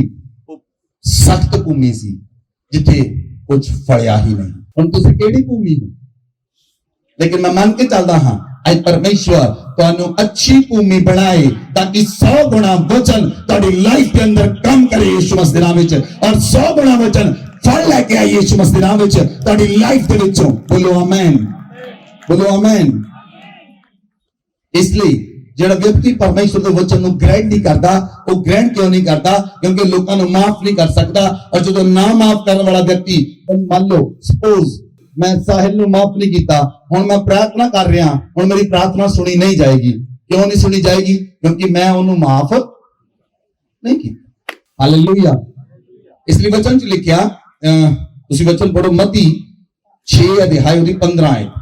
और यदि तुम मनुष्यों के अपराध क्षमा न करोगे तो तुम्हारा पिता भी तुम्हारे अपराध क्षमा न करेगा। ਹੁਣ ਦੇਖੋ ਜੇ ਮੈਂ ਸਾਹਿਲ ਨੂੰ ਮਾਫ ਨਹੀਂ ਕਰਦਾ, ਜਦ ਤੱਕ ਮੈਂ ਇਹਨੂੰ ਮਾਫ ਨਹੀਂ ਕਰਦਾ, ਆਪਣੇ ਰਿਸ਼ਤੇ ਨੂੰ ਨਹੀਂ ਸੁਧਾਰਦਾ, ਤਦ ਤੱਕ ਮੇਰੀ ਪ੍ਰਾਰਥਨਾ ਸਵਰਗੀ ਪਿਤਾ ਵੀ ਮੈਨੂੰ ਮਾਫ ਨਹੀਂ ਕਰੇਗਾ। ਵਚਨ 'ਚ ਲਿਖਿਆ ਜੇਕਰ ਤੁਸੀਂ ਮਨੁੱਖਾਂ ਦੇ ਅਪਰਾਧ ਮਾਫ ਨਹੀਂ ਕਰੋਗੇ ਤਾਂ ਸਵਰਗੀ ਪਿਤਾ ਵੀ ਤੁਹਾਡੇ ਅਪਰਾਧ ਮਾਫ ਨਹੀਂ ਕਰੇਗਾ। ਹਾਲੇਲੂਇਆ। ਬਹੁਤ ਸਾਰੇ ਲੋਕ ਆਪਣੇ ਪਾਸਟਰ ਨੂੰ ਮਾਫ ਨਹੀਂ ਕਰਦੇ ਤੇ ਪ੍ਰਾਰਥਨਾ ਉਹਦੀ ਸੁਣੀ ਨਹੀਂ ਜਾ ਸਕਦੀ। ਉਹਨਾਂ ਦੇ ਮਨ ਦੇ ਵਿੱਚ, ਆਪਣੇ ਕਲੀਸਿਆ 'ਚ ਨਹੀਂ ਹੈਗਾ, ਉਹਨਾਂ ਦੇ ਮਨ ਵਿੱਚ ਆਪਣੇ ਪਾਸਟਰ ਦੇ ਪ੍ਰਤੀ ਬੜੀ ਨਫ਼ਰਤ ਹੈ। ਉਹਨਾਂ ਦੇ ਮਨ ਦੇ ਵਿੱਚ ਆਪਣੇ ਪਾਸਟਰ ਦੇ ਪ੍ਰਤੀ ਬੜੀ ਈਰਖਾ ਹੈ। ਉਹਨਾਂ ਦੇ ਮਨ ਦੇ ਵਿੱਚ ਆਪਣੇ ਪਾਸਟਰ ਦੇ ਪ੍ਰਤੀ ਹਾਂਜੀ ਬੜੀ ਪ੍ਰੋਬਲਮ ਹੈ ਔਰ ਉਹ ਆਪਣੇ ਪਾਸਟਰ ਨੂੰ ਮਾਫ ਨਹੀਂ ਕਰਦੇ। ਨਾ ਮਾਫ ਕਰਨ ਦੇ ਨਾਲ ਉਹਨਾਂ ਦੀ ਪ੍ਰਾਰਥਨਾ ਵੀ ਪਾਪ ਗਿਣੀ ਜਾਂਦੀ ਹੈ। ਹਾਲੇਲੂਇਆ। ਇਸ ਲਈ ਬਹੁਤ ਸਾਰੇ ਲੋਕ ਜਿਹੜੇ ਹਨ ਉਹ ਪਾਸਟਰਾਂ ਦੇ ਵਿਰੋਧ ਵਿੱਚ ਬੋਲਦੇ ਹਨ। ਇਹਨਾਂ ਦੇ ਪਾਸਟਰਾਂ ਦੇ ਵਿਰੋਧ ਵਿੱਚ ਬੋਲਦੇ ਹਨ। ਤੁਹਾਨੂੰ ਕੋਈ ਬਣਾ ਕੇ ਦੱਸੇ ਫਲਾਣੇ ਜਗ੍ਹਾ ਤੇ ਫਲਾਣੇ ਪਾਸਟਰ ਇਦਾਂ ਕਰ ਦਿੱਤਾ, ਤੁਸੀਂ ਉਹ ਗੱਲਾਂ ਨੂੰ ਲੈ ਕੇ ਜਦ ਤੱਕ 10 ਬੰਦਿਆਂ ਨੂੰ ਦੱਸ ਨਹੀਂ ਦਿੰਦੇ, ਤੁਸੀਂ ਆਪ ਤਾਂ ਦੂਸ਼ਿਤ ਹੋਏ ਲੇਕਿਨ 10 ਲੋਕ ਹੋਰ ਦੂਸ਼ਿਤ ਕਰ ਦਿੱਤੇ। ਉਹ ਕਿਸ ਦੇ ਕਾਰਨ ਹੈ? ਨਾ ਮਾਫ ਕਰਨ ਵਾਲਾ ਆਤਮਾ। ਉਹਦੇ ਕਾਰਨ ਲੋਕ ਦੂਸ਼ਿਤ ਹੁੰਦੇ ਹਨ, ਆਪ ਦੂਸ਼ਿਤ ਹੁੰਦੇ ਹਨ, ਦੂਸਰਿਆਂ ਨੂੰ ਦੂਸ਼ਿਤ ਕਰਦੇ ਹਨ, ਆਪ ਸਮੱਸਿਆ 'ਚ ਪੈਂਦੇ ਹਨ, ਦੂਸਰਿਆਂ ਨੂੰ ਸਮੱਸਿਆ 'ਚ ਪਾਉਂਦੇ ਹਨ। ਇਸ ਲਈ ਕਦੀ ਵੀ ਕਿਸੇ ਮੈਨ ਆਫ ਗॉड ਦੇ ਵਿਰੋਧ ਵਿੱਚ ਨਹੀਂ ਬੋਲਣਾ। ਬੋਲੋ ਆਮੇਨ, ਬੋਲੋ ਆਮੇਨ। Listen to me. ਪਰਮੇਸ਼ਵਰ ਨੇ ਸ਼ਾਉਲ ਨੂੰ ਚੁਣਿਆ। ਸ਼ਾਉਲ ਗਦੀਆਂ ਚਲਾਉਣ ਵਾਲਾ ਬੰਦਾ ਸੀ, ਪਰਮੇਸ਼ਵਰ ਨੇ ਚੁੱਕ ਕੇ ਰਾਜਾ ਬਣਾਤਾ ਔਰ ਜਦੋਂ ਰਾਜਾ ਬਣਿਆ ਉਹ ਬਹੁਤ ਜ਼ਿਆਦਾ ਵਧੀਆ ਰਾਜਾ ਸੀ। ਔਰ ਜਦੋਂ ਉਹਨੇ ਪਾਪ ਕੀਤਾ, ਸ਼ਾਉਲ ਨੇ ਪਾਪ ਕੀਤਾ, ਇੱਕ ਦੁਸ਼ਟ ਆਤਮਾ ਸ਼ਾਉਲ ਨੂੰ ਆ ਕੇ ਸਤਾਉਣ ਲੱਗਾ ਔਰ ਸ਼ਾਉਲ ਨੇ ਫਾਈਂਡ ਕੀਤਾ ਮੈਂ ਕਿੱਦਾਂ ਚੰਗਾ ਹੋਵਾਂਗਾ। ਉਹਦੇ ਸੈਨਿਕਾਂ ਨੇ ਕਿਹਾ ਇੱਕ ਲੜਕਾ ਹੈ ਦਾਊਦ, ਅਸੀਂ ਉਹਨੂੰ ਬੁਲਾਉਂਦੇ ਹਾਂ। ਉਹ ਜਦੋਂ ਵੀਣਾ ਵਜਾਏਗਾ ਤਾਂ ਜਦੋਂ ਦਾਊਦ ਵੀਣਾ ਵਜਾਉਂਦਾ ਸੀ ਤਾਂ ਸ਼ਾਉਲ ਦੇ ਉੱਤੇ ਦੁਸ਼ਟ ਆਤਮਾ ਉਤਰ ਜਾਂਦਾ ਸੀ। ਔਰ ਇੱਕ ਸਮਾਂ ਆਇਆ ਗੋਲੀਅਤ ਲਲਕਾਰ ਰਿਹਾ ਸੀ ਪੂਰੀ ਸੈਨਾ ਨੂੰ ਉਸ ਜਗ੍ਹਾ ਦੇ ਉੱਤੇ। ਸ਼ਾਉਲ ਗਿਆ, ਪੂਰੀ ਸੈਨਾ ਗਈ, ਦਾਊਦ ਦੇ ਭਰਾ ਗਏ। ਉਹਨਾਂ ਦੇ ਮਨ ਦੇ ਅੰਦਰ ਪਾਪ ਸੀ, ਉਹਨਾਂ ਦੇ ਮਨ ਦੇ ਅੰਦਰ ਸਮੱਸਿਆ ਸੀ ਕਿਉਂਕਿ ਸ਼ਾਉਲ ਪਾਪ ਕਰ ਚੁੱਕਾ ਸੀ। ਪਾਪ ਦੇ ਕਾਰਨ ਬੰਦੇ ਅੰਦਰ ਹਿੰਮਤ ਨਹੀਂ ਹੁੰਦੀ, ਉਹਦੇ ਅੰਦਰ ਹਿਆਵ ਨਹੀਂ ਸੀ, ਉਹਦੇ ਅੰਦਰ ਪਰਮੇਸ਼ਰ ਦਾ ਹਿਆਵ ਨਹੀਂ ਸੀ, ਉਹਦੀ ਸੈਨਾ ਵਿੱਚ ਪਰਮੇਸ਼ਰ ਦਾ ਹਿਆਵ ਨਹੀਂ ਸੀ ਕਿ ਗੋਲੀਅਤ ਨਾਲ ਕੋਈ ਲੜ ਸਕੇ। ਲੇਕਿਨ ਦਾਊਦ ਜਿਹੜਾ ਸੀ ਉਹਦੇ ਮਨ ਵਿੱਚ ਕੋਈ ਪ੍ਰੋਬਲਮ ਨਹੀਂ ਸੀ, ਦਾਊਦ ਦੇ ਪ੍ਰਾਣ ਵਿੱਚ ਕੋਈ ਪ੍ਰੋਬਲਮ ਨਹੀਂ ਸੀ, ਦਾਊਦ ਦੀਆਂ ਭਾਵਨਾਵਾਂ ਸ਼ੁੱਧ ਸਨ, ਦਾਊਦ ਦਾ ਮਨ ਸ਼ੁੱਧ ਸੀ, ਦਾਊਦ ਦੀ ਇੱਛਾ ਪ੍ਰੋਪਰ ਅੱਛੀ ਸੀ, ਦਾਊਦ ਦਾ ਕਿਸੇ ਨਾਲ ਵੈਰ ਨਹੀਂ ਸੀ, ਦਾਊਦ ਦਾ ਕਿਸੇ ਨਾਲ ਵਿਰੋਧ ਨਹੀਂ ਸੀ, दाऊद ने की कहा, मैं सेनाओं दे यहोवा दे नाम दे नाल तेरा सामना करदा हां। एक खतरा रहित परिस्थिति, एक खतरा रहित परिस्थिति, एक खतरा करने वाले जेड़ा परमेश्वर साडा है और सानू ललकारदा है, परमेश्वर दी जिंदा सैन ललकारदा है। दाऊद क्या और उन्हें गोलियत नूं मार दिता, लेकिन शाऊल नूं मार नहीं सकिया। शाऊल क्यों नहीं मार सकिया? शाऊल दे मन दे अंदर पाप सी। क्यों? ਤੁਹਾਡੀ प्रार्थना सुनी नहीं जाती, ਤੁਹਾਡੀ ਲੱਤ 'ਚ ਦਰਦ ਆ, ਤੁਸੀਂ प्रार्थना ਕਰਦੇ, ਲੱਤ 'ਚ ਦਰਦ ਨਹੀਂ ਜਾਂਦੀ, ਲੱਤ 'ਚ ਦਰਦ ਲਈ ਸਾਲ प्रार्थना ਕਰਦੇ ਤਾਂ ਨਹੀਂ ਜਾਂਦੀ, 2 ਸਾਲ प्रार्थना ਕਰਦੇ ਤਾਂ ਨਹੀਂ ਜਾਂਦੀ, 3 ਸਾਲ प्रार्थना ਕਰਦੇ ਲੱਤ 'ਚ ਦਰਦ ਨਹੀਂ ਜਾ ਰਹੀ। ਕੀ ਸਾਡਾ ਪਰਮੇਸ਼ਵਰ ਦਰਦ ਨੂੰ ਚੰਗਾ ਨਹੀਂ ਕਰ ਸਕਦਾ? ਕਰ ਸਕਦਾ ਹੈ, ਪਰ ਉੱਥੇ ਨਾ ਮਾਫ ਕਰਨ ਵਾਲਾ ਆਤਮਾ ਹੈ ਔਰ ਉਹਦੇ ਕਾਰਨ ਤੁਹਾਡੀ प्रार्थना ਸੁਣੀ ਨਹੀਂ ਜਾ ਰਹੀ। ਹਾਲੇਲੂਇਆ। ਇਸ ਲਈ ਜਦੋਂ ਦਾਊਦ ਜਿੱਤ ਕੇ ਆਇਆ ਤਾਂ ਉੱਥੇ ਇਸਤਰੀਆਂ ਨੱਚ ਰਹੀਆਂ ਸਨ। ਉਹਨਾਂ ਨੇ ਕਿਹਾ, शाऊल ने हजारां नूं मारिया, दाऊद ने लखां नूं मारिया। सिर्फ ਇਹ ਸ਼ਬਦ ਸੁਣਿਆ, ਜਦੋਂ शाऊल ਦੇ ਕੰਨਾਂ 'ਚ ਇਹ ਸ਼ਬਦ ਪਿਆ, ਉਹਦਾ ਮਨ ਦੇ ਵਿੱਚ दाऊद ਦੇ ਪ੍ਰਤੀ ਨਫ਼ਰਤ ਪੈਦਾ ਹੋ ਗਈ और ਉਹਦੇ ਅੰਦਰ ना माफ करने वाला आत्मा आया शाऊल ਦੇ अंदर और ਉਹਨੇ पूरी उम्र अपनी पूरी लाइफ ਉਹਨੇ दाऊद ਨੂੰ माफ नहीं ਕੀਤਾ और दाऊद ਨੂੰ ਮਾਰਨ ਦੇ ਲਈ ਕਿਉਂ ਲੱਭਦਾ ਰਿਹਾ। लेकिन दाऊद ने ਉਹਦੇ ਵਿਰੋਧ ਵਿੱਚ ਕੋਈ ਪਾਪ ਨਹੀਂ ਸੀ ਕੀਤਾ, दाऊद ने ਉਹਦੇ ਵਿਰੋਧ ਕੋਈ ਪ੍ਰੋਬਲਮ ਨਹੀਂ ਸੀ। लेकिन ਉਹਨੇ ਜਦੋਂ ਇਹ ਸ਼ਬਦ ਸੁਣਿਆ ਕਿ शाऊल ने ਹਜ਼ਾਰਾਂ ਨੂੰ ਮਾਰਿਆ, दाऊद ने ਲੱਖਾਂ ਨੂੰ ਮਾਰਿਆ, ਉਹਦੇ ਮਨ ਵਿੱਚ ਆਇਆ ਇਹ ਮੇਰੇ ਤੋਂ ਵੱਡਾ ਪਾਸਟਰ ਬਣ ਗਿਆ। ਬਸ ਫਿਰ ਉਹਨੂੰ ਮਾਰਨ ਦੇ ਲਈ ਵਿਉਂਤ ਬਣਾਉਣ ਲੱਗਾ और हमेशा वो दाऊद नूं मारन दे लई बहाने लभदा रहा हमेशा। लेकिन दाऊद दे हथ विच परमेश्वर ने दाऊद दे हथ विच 2 बार शाऊल नूं कीता, लेकिन दाऊद दे मन विच ना माफ करने वाला आत्मा नहीं सी। दाऊद ऑलरेडी उन्हें माफ कर चुका सी, लेकिन दाऊद ने उन्हें नहीं मारिया। दाऊद ने कहा ये परमेश्वर दा अभिषिक्त है, मैं इन्हूं क्यों टच करा। बाइबल च लिखिया, दाऊद लिखदा है, इस गल भी दाऊद लिखदा, मेरे अभिषिक्तों को मत छुओ। लोग छूंदे आ परमेश्वर के अभिषिक्तां, लोग छूंदे आ अन्यायी लोकां नूं छूंदे आ, ओ तुहानू नहीं छू रहे, ओ तुहाडे विच जिहड़ा परमेश्वर है ओनू छू रहे हन। जिहड़े लोग तुहाडे खिलाफ बोलदे, मान लो कोई बंदा मेरे खिलाफ बोल रहा, वो मेरे खिलाफ नहीं बोल रहा, जिसकी मैं सेवा करता हां वो मेरे अंदर रहिंदा है, वो मेरे अंदर रहिंदा है, वो ओदे खिलाफ बोलदे हन। ਜਦੋਂ ਉਹ ਮੇਰਾ ਨਾਮ ਲੈਣਗੇ, ਮੇਰੇ ਨਾਮ ਦੇ ਨਾਲ ਮਸੀਹ ਦਾ ਨਾਮ ਜੁੜਿਆ ਹੈ, ਮਸੀਹ ਦੇ ਨਾਮ ਦੇ ਨਾਲ ਮੇਰਾ ਨਾਮ ਜੁੜਿਆ ਹੈ, ਉਹ ਮੇਰੇ ਵਿਰੋਧ ਚ ਨਹੀਂ, ਉਹ ਯਿਸੂ ਮਸੀਹ ਦੇ ਵਿਰੋਧ ਚ ਬੋਲਦੇ ਹਨ। ਹੀ ਇਜ਼ ਲਿਵਿੰਗ ਇਨ ਮੀ, ਉਹ ਮੇਰੇ ਅੰਦਰ ਵਾਸ ਕਰਦਾ ਹੈ, ਮੈਂ ਉਹਦੇ ਅੰਦਰ ਵਾਸ ਕਰਦਾ ਹਾਂ, ਉਹ ਮੇਰੇ ਅੰਦਰ ਵਾਸ ਕਰਦਾ ਹੈ, ਮੈਂ ਉਹਦੇ ਅੰਦਰ ਵਾਸ ਕਰਦਾ ਹਾਂ। ਇਸ ਤਰ੍ਹਾਂ ਤੁਸੀਂ ਮਸੀਹ ਦੇ ਹੋ, ਮਸੀਹ ਤੁਹਾਡੇ ਅੰਦਰ ਵਾਸ ਕਰਦਾ ਹੈ, ਤੁਸੀਂ ਮਸੀਹ ਚ ਵਾਸ ਕਰਦੇ ਹੋ, ਮਸੀਹ ਤੁਹਾਡੇ ਅੰਦਰ ਵਾਸ ਕਰਦਾ ਹੈ, ਤੁਸੀਂ ਮਸੀਹ ਚ ਵਾਸ ਕਰਦੇ ਹੋ। ਜੇ ਕੋਈ ਤੁਹਾਨੂੰ ਛੂਏਗਾ तो तुहानू नहीं, यीशु मसीह नूं छूएगा, और जिहड़ा यीशु मसीह नूं छूंदा है वो पिता दे अख दी पुतरी नूं छूंदा है। तुहाडे विच ही हन एक फैमिली, ए रिकॉर्डिंग हालेलुया, मैं वचन कहण नहीं जा रहा, तुहाडे विच एक फैमिली है, मैं दसांगा नहीं कौन है। उस फैमिली उत्ते एक उहदे परिवार दे लागे फैमिली जादू टूना करदी सी, और जादू टूना करना उन्होंने बंद नहीं किया। जदों जादू टूना करना बंद नहीं किया, मैं उन्हां नूं कहा परमेश्वर हुण तुहाडा न्याय करेगा। जदों मैं कहा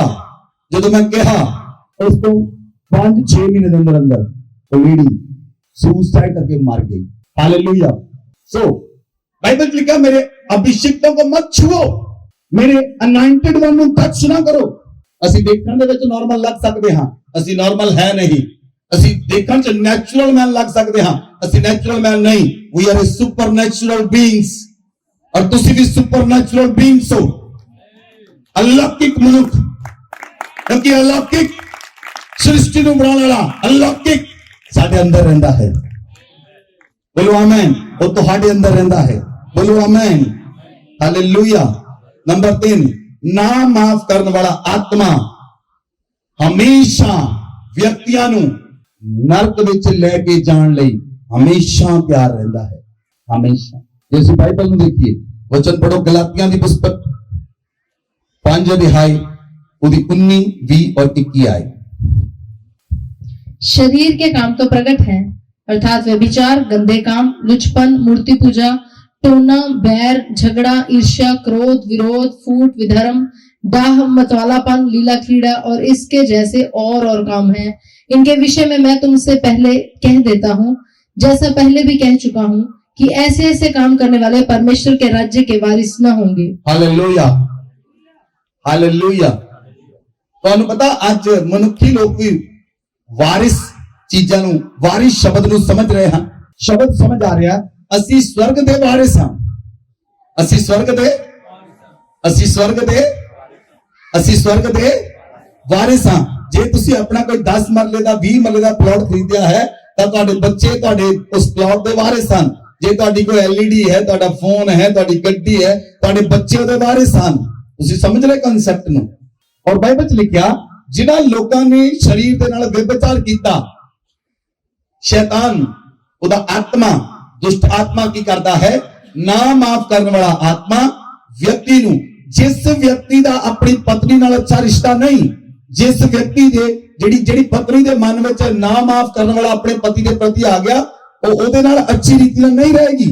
ਉਹਦਾ ਮਨ, ਉਹਦਾ ਸਰੀਰ ਵੀ ਆਪਣੇ ਪਤੀ ਲਈ ਨਹੀਂ ਰਹਿੰਦਾ, ਅਵੇਲੇਬਲ ਨਹੀਂ ਰਹਿੰਦਾ, ਤਾਂ ਉਹਦਾ ਪਤੀ ਵਿਭਚਾਰ ਚਲਾ ਜਾਂਦਾ ਹੈ। ਔਰ ਜਦੋਂ ਉਹਦਾ ਪਤੀ ਵਿਭਚਾਰ ਚਲਾ ਗਿਆ ਔਰ ਉਹ ਵਿਭਚਾਰ ਚਲਾ ਗਿਆ ਔਰ ਇਹ ਵਿਭਚਾਰ ਉਹ ਵਿਅਕਤੀ ਨੂੰ ਨਰਕ ਵਿੱਚ ਲੈ ਜਾਏਗਾ। ਔਰ ਵਿਅਕਤੀ ਨੇ ਕਿਤੇ ਨਾ ਕਿਤੇ ਗੰਦੇ ਕੰਮ ਕਰਨੇ ਸ਼ੁਰੂ ਕਰਦੇ ਹਨ, ਲੁਚਪਨ, ਵੈਰ, ਉਹ ਲੋਕ ਵੈਰ ਕਰਦੇ ਹਨ, ਇੱਕ ਦੂਜੇ ਨਾਲ ਝਗੜਾ ਕਰਦੇ ਹਨ, ਈਰਸ਼ਾ ਕਰਦੇ ਹਨ, ਕ੍ਰੋਧ ਕਰਦੇ ਹਨ, ਵਿਰੋਧ ਕਰਦੇ ਹਨ, ਫੁੱਟ ਪਾਉਂਦੇ ਹਨ, ਦਾਅ ਕਰਦੇ ਹਨ, ਮਤਵਾਲਾਪਨ ਕਰਦੇ ਹਨ, ਗਲਤ ਕੰਮ ਕਰਦੇ ਹਨ। ਔਰ ਕਿਸੇ ਨਾ ਕਿਸੇ ਵਿਅਕਤੀ ਨੇ ਇਹ ਕੋਈ ਨਾ ਕੋਈ ਕੰਮ ਕੀਤਾ ਹੋਏਗਾ ਔਰ ਇਹ ਕੰਮ ਲੀਡ ਕਰਦਾ ਹੈ, ਡਾਇਰੈਕਟ ਨਰਕ ਦੇ ਅੰਦਰ। ਇਹ ਸੜਕ, ਇਹਨਾਂ ਕੰਮਾਂ ਤੇ ਚੱਲ ਕੇ ਜਿਹੜੀ ਸੜਕ ਬਣਦੀ ਹੈ ਉਹ ਨਰਕ ਨੂੰ ਜਾਂਦੀ है। देखिए, ऐसे काम करने वाले परमेश्वर के राज के वारिस ना होंगे। क्यों? क्योंकि ना माफ करने वाला आत्मा ਉਹਦੇ ਅੰਦਰ बैठ चुका है। हालेलुया। ਇਹ ਕਿਹਦੇ ਫਰੂਟ ਹਨ? ਇਹ ਨਾ ਮਾਫ ਕਰਨ ਦੇ ਫਰੂਟ ਹਨ। ਜੇ ਪਤਨੀ ਆਪਣੇ ਪਤੀ ਨੂੰ ਮਾਫ ਨਹੀਂ ਕਰਦੀ, ਜੇ ਪਤੀ ਆਪਣੀ ਪਤਨੀ ਨੂੰ ਮਾਫ ਨਹੀਂ ਕਰਦਾ, ਦੋਨਾਂ ਵਿੱਚੋਂ ਇੱਕ ਵਿਅਕਤੀ ਵਿਭਚਾਰ 'ਚ ਗਿਰ ਜਾਏਗਾ।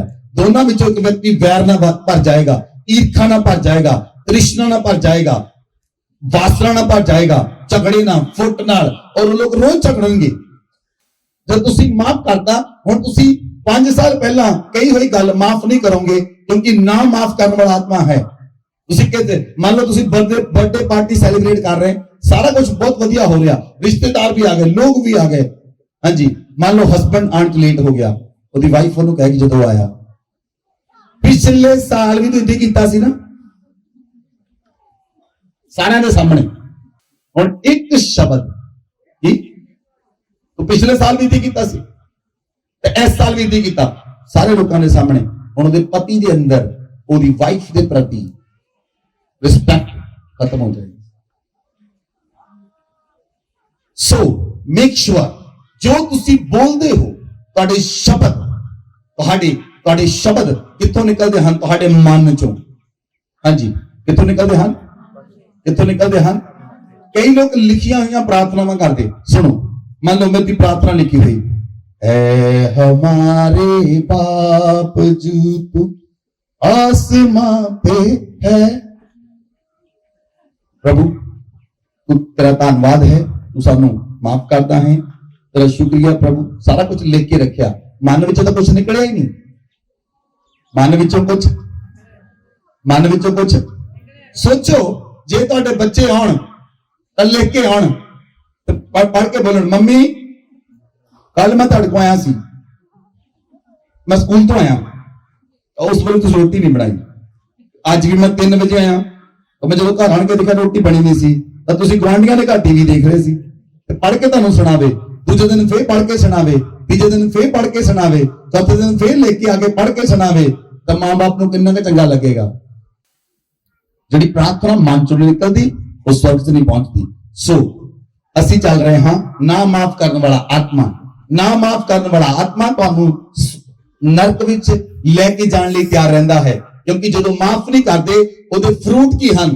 ਨਾ ਮਾਫ ਕਰਨ ਦੇ ਨਾਲ ਫਰੂਟ ਕੀ ਆਉਂਦਾ ਹੈ? ਨਾ ਮਾਫ ਕਰਨ ਦੇ ਨਾਲ ਵਿਭਚਾਰ ਆਉਂਦਾ ਹੈ, ਨਾ ਮਾਫ ਕਰਨ ਨਾਲ ਗੰਦੇ ਕੰਮ ਆਉਂਦੇ ਹਨ, ਨਾ ਮਾਫ ਕਰਨ ਨਾਲ ਲੁਚਪਨ ਪੈਦਾ ਹੁੰਦਾ ਹੈ, ਨਾ ਮਾਫ ਕਰਨ ਨਾਲ ਟੋਣਾ, ਵੈਰ, ਝਗੜਾ, ਮੂਰਤੀ ਪੂਜਾ, ਈਰਸ਼ਾ, ਵਿਰੋਧ, ਅਧਰਮ ਪ੍ਰਗਟ ਹੁੰਦਾ ਹੈ। ਨਾ ਮਾਫ ਕਰਨਾ, ਤੁਸੀਂ ਕ੍ਰੋਧ ਨਾਲ ਭਰੇ ਰਹੋਗੇ, ਨਾ ਮਾਫ ਕਰਨਾ, ਤੁਸੀਂ ਗੁੱਸੇ ਨਾਲ ਭਰੇ ਰਹੋਗੇ, ਤੁਹਾਨੂੰ ਗੁੱਸਾ ਰਹੇਗਾ 24 ਘੰਟੇ। ਤਾਂ ਤੁਸੀਂ ਚਾਹੇ ਜਿੰਨਾ ਮਰਜ਼ੀ ਬੁਲਾਉਂਦੇ ਰਹੋ, ਤੁਸੀਂ ਇੱਕ ਘਰ ਦੇ ਅੰਦਰ ਨਾ ਮਾਫ ਕਰਨ ਵਾਲਾ ਹਿਰਦੇ ਅੰਦਰ ਹੈ, ਇਸ ਲਈ ਉਹ ਲੀਡ ਕਰਦਾ ਹੈ ਨਰਕ ਦੇ ਵਿੱਚ। ਪ੍ਰਕਾਸ਼ਿਤ ਵਾਕਿਆ 21 ਅਧਿਆਇ ਉਹਦੀ 8 ਆਇਤ। परंतु डरपोकों और अविश्वासियों परंतु डरपोकों और अविश्वासियों और घिनौनों और घिनौनों और हत्यारों और व्यभिचारियों और टोन्हों और मूर्ति पूजकों और सब झूठ का भाग उस झील में मिलेगा जो आग और गंधक से जलती रहती है, और यह दूसरी मृत्यु है। ये दूसरी मौत है। ना माफ करना फ्रूट की आंदा है, व्यक्ति डरपोक बन जाता है। व्यक्ति ਹੁਣ ਸ਼ਾਉਲ ਨੇ ਦਾਊਦ ਨੂੰ ਮਾਫ ਨਹੀਂ ਕੀਤਾ, ਉਹ ਇੰਨਾ ਡਰ ਗਿਆ ਉਹ ਗੋਲੀਅਤ ਨਾਲ ਲੜ ਨਹੀਂ ਸਕਿਆ। ਸੈਨਾ ਸੀ ਉਹਦੇ ਕੋਲ, ਇੱਕ ਰਾਜੇ ਦੇ ਕੋਲ ਸੈਨਾ ਹੋਵੇ ਤਾਂ ਇੱਕ ਰਾਜਾ ਗੋਲੀਅਤ ਨਾਲ ਲੜ ਨਾ ਸਕੇ, ਕਿਉਂ ਨਹੀਂ ਲੜ ਸਕਿਆ? ਉਹ ਡਰਪੋਕ ਬਣ ਚੁੱਕਾ ਸੀ। ਨਾ ਮਾਫ ਕਰਨਾ ਤੁਹਾਨੂੰ ਡਰਪੋਕ ਬਣਾ ਦਿੰਦਾ ਹੈ, ਔਰ ਡਰਪੋਕ ਵਿਅਕਤੀ स्वर्ग ਵਿੱਚ ਦਾਖਲ ਨਹੀਂ ਹੋ ਸਕਦਾ। ਬਾਈਬਲ 'ਚ ਲਿਖਿਆ अविश्वासी ਉਹ ਵਿਸ਼ਵਾਸ ਚੋਂ ਵੀ खत्म हो चुका है। जिन्होंने काम करेगा, मैं तुहानू कहा हत्यारा, ना माफ करने वाला बंदा हत्यारा बन जाता है। जिदा अबशलोम ने अनोन नू माफ नहीं किया, उन्हें दी भैन दा रेप कीता सी, उन्हें माफ नहीं किया, जदों समा मिलिया 3 साल बाद उन्हें दा कत्ल कर दिता। हालेलुया। लिसन टू क्लियरली, मेरे वाल देखो। तुसीं देखिया कई लोग हन पॉलिटिशियंस, कई प्रधानमंत्री रहे इंडिया दे, ਜਦੋਂ ਉਹਨਾਂ ਨੇ ਕੁਝ ਗਲਤ ਕੰਮ ਕੀਤੇ, ਕੁਝ ਲੋਕਾਂ ਦੇ ਮਨ ਵਿੱਚ ਉਹਨਾਂ ਪ੍ਰਤੀ ਇੰਨੀ ਨਫ਼ਰਤ ਪੈਦਾ ਹੋਈ, ਨਾ ਮਾਫ ਕਰਨ ਵਾਲਾ ਆਤਮਾ ਆਇਆ ਉਹਨਾਂ ਦੇ ਅੰਦਰ, ਔਰ ਉਹਨਾਂ ਨੇ ਉਹਨੂੰ ਖਤਮ ਕਰ ਦਿੱਤਾ ਜਦੋਂ ਮੌਕਾ ਮਿਲਿਆ। ਇਸ ਲਈ ਨਾ ਮਾਫ ਕਰਨ ਵਾਲਾ ਵਿਅਕਤੀ ਤੁਹਾਡੀ ਲਾਈਫ ਨੂੰ ਤਬਾਹ ਕਰ ਸਕਦਾ ਹੈ, ਇਸ ਲਈ ਉਹਨੂੰ ਆਪਣੀ ਲਾਈਫ ਚੋਂ ਬਾਹਰ ਕੱਢਣਾ ਹੈ। Hallelujah, hallelujah. ਨੰਬਰ 4, ਨਾ ਮਾਫ ਕਰਨ ਵਾਲਾ ਆਤਮਾ, ਇਹਦੇ ਨਾਲ ਬਹੁਤ ਸਾਰੇ ਦੁਸ਼ਮਣ ਪੈਦਾ ਹੁੰਦੇ ਹਨ। ਜਦੋਂ ਤੁਸੀਂ ਕਿਸੇ ਨੂੰ ਮਾਫ ਨਹੀਂ ਕਰਦੇ, ਤੁਹਾਨੂੰ ਸਾਰੇ ਦੁਸ਼ਮਣ ਲੱਗਣਗੇ ਆਪਣੇ, ਕਿਉਂਕਿ ਤੁਸੀਂ ਕਿਸੇ ਨੂੰ ਮਾਫ ਨਹੀਂ ਕੀਤਾ। ਤੁਸੀਂ ਕਿਸੇ ਦੇ ਵੈਰੀ ਹੋ ਤਾਂ ਤੁਹਾਡਾ ਵੀ ਕੋਈ ਤਾਂ ਵੈਰੀ ਹੋਏਗਾ ਨਾ। ਹੁਣ ਤੁਸੀਂ ਕਿਸੇ ਦੇ ਲਈ ਵੈਰੀ ਹੋ।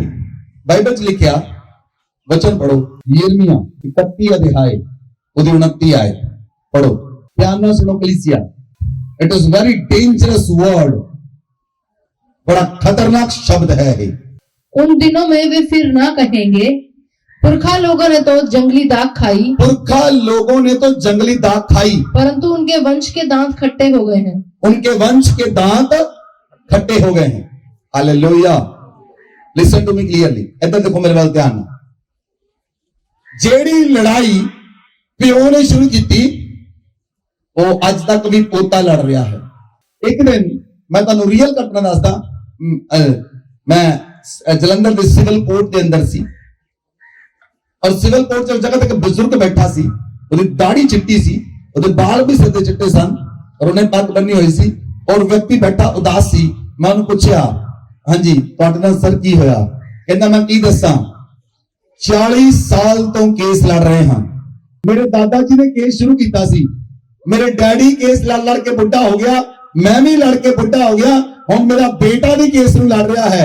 मैं पूछा होया की सी?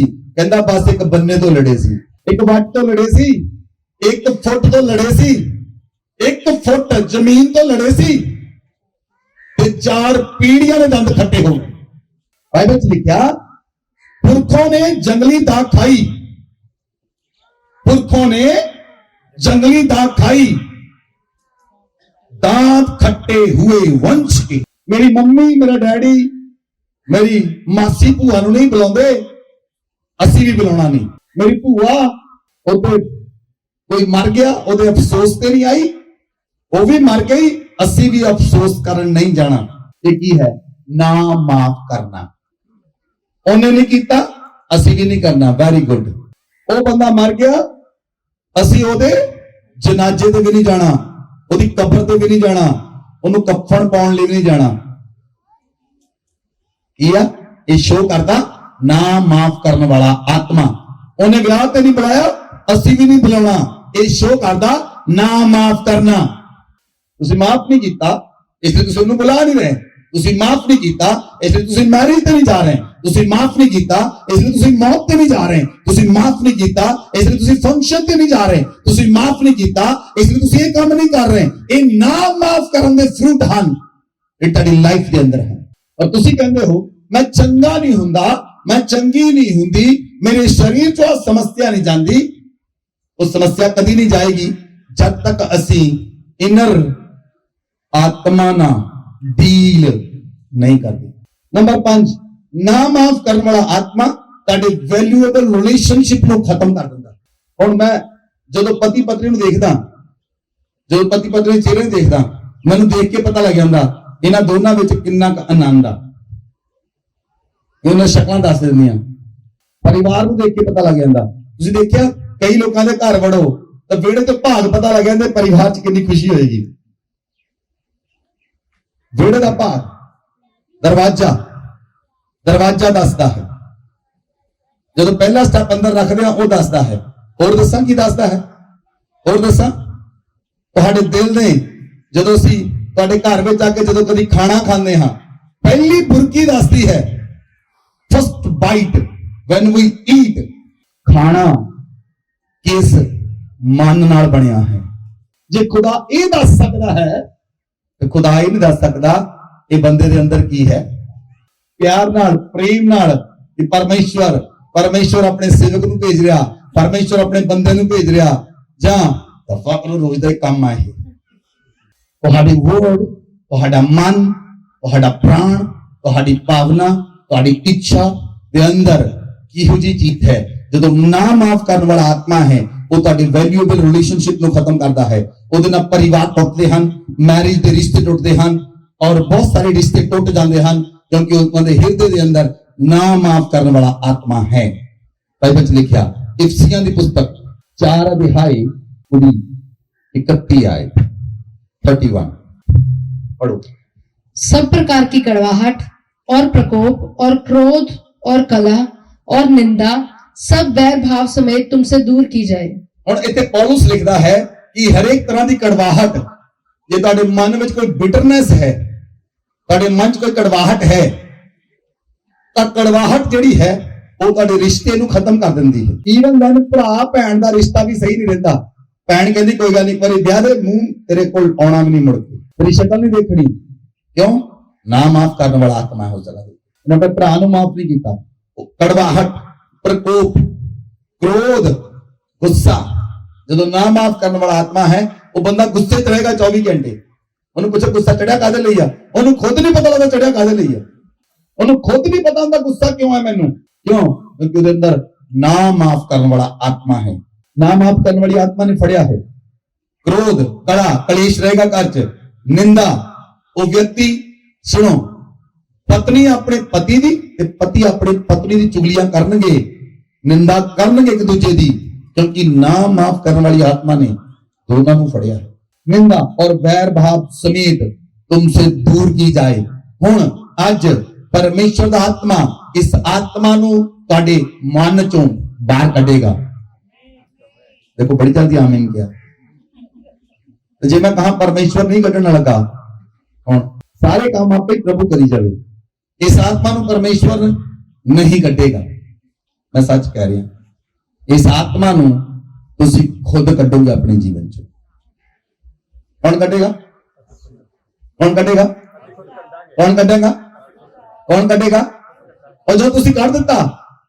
ਜਿਨ੍ਹਾਂ ਲੋਕਾਂ ਨੂੰ ਨਹੀਂ ਬੁਲਾਉਂਦੇ ਉਹਨਾਂ ਨੂੰ ਬੁਲਾਉਣਾ ਹੈ ਬੜਾ ਔਖਾ ਹੋ ਗਿਆ ਹੁਣ ਹੋਰ ਔਖਾ ਕਰਤਾ ਇਹਨਾਂ ਤੋਂ ਜੂਲਾ ਰੱਖੀ ਜਾਂਦੇ ਹੋਰ ਭਾਰਾ ਉਸ ਤੋਂ ਬਾਅਦ ਹੋਰ ਭਾਰਾ ਉਹ ਭਾਰਾ ਨਹੀਂ ਉਹ ਹੋਰ ਹਲਕਾ ਹੈ ਹਾਲੇਲੂਇਆ हालेलुया वैर पाप कड़वाहट प्रकोप क्रोध कड़ा निंदा वैर पाप से ਤੁਹਾਡੇ ਦੂਰ ਕੀਤੀ ਜਾਵੇ ਜਦੋਂ ਇਹ ਚੀਜ਼ਾਂ ਤੁਹਾਡੇ ਅੰਦਰੋਂ ਨਿਕਲ ਗਈਆਂ ਔਰ ਤੁਸੀਂ ਇਸ ਆਤਮਾ ਨੂੰ ਕੱਢੋਗੇ ਪਵਿੱਤਰ ਆਤਮਾ ਦੀ ਸਹਾਇਤਾ ਦੇ ਨਾਲ ਤੁਸੀਂ ਆਜ਼ਾਦ ਹੋ ਜਾਓਗੇ ਤੁਹਾਡਾ ਘਰਾਨਾ ਆਜ਼ਾਦ ਹੋਏਗਾ ਔਰ ਤੁਹਾਡੇ ਦੁਆਰਾ ਬਹੁਤ ਸਾਰੇ ਲੋਕ ਬਚਣਗੇ ਬੋਲੋ ਆਮੇਨ ਬੋਲੋ ਆਮੇਨ ਸੁਣਨਾ ਲਿਸਨ ਟੂ ਮੀ ਜਦੋਂ ਤੁਸੀਂ ਪ੍ਰਭੂ ਚ ਨਵੇਂ ਆਏ ਤੁਸੀਂ ਦੌੜ ਕੇ ਗਏ ਭੂਆ ਨੂੰ ਸੁਣਾਇਆ ਪਰਮੇਸ਼ਵਰ ਦਾ ਵਚਨ ਮਾਸੀ ਨੂੰ ਸੁਣਾਇਆ ਪਰਮੇਸ਼ਵਰ ਦਾ ਵਚਨ ਚਾਚੇ ਨੂੰ ਸੁਣਾਇਆ ਪਰਮੇਸ਼ਵਰ ਦਾ ਵਚਨ ਤਾਂ ਇਹਨੂੰ ਸੁਣਾਇਆ ਪਰਮੇਸ਼ਰ ਦਾ ਵਚਨ।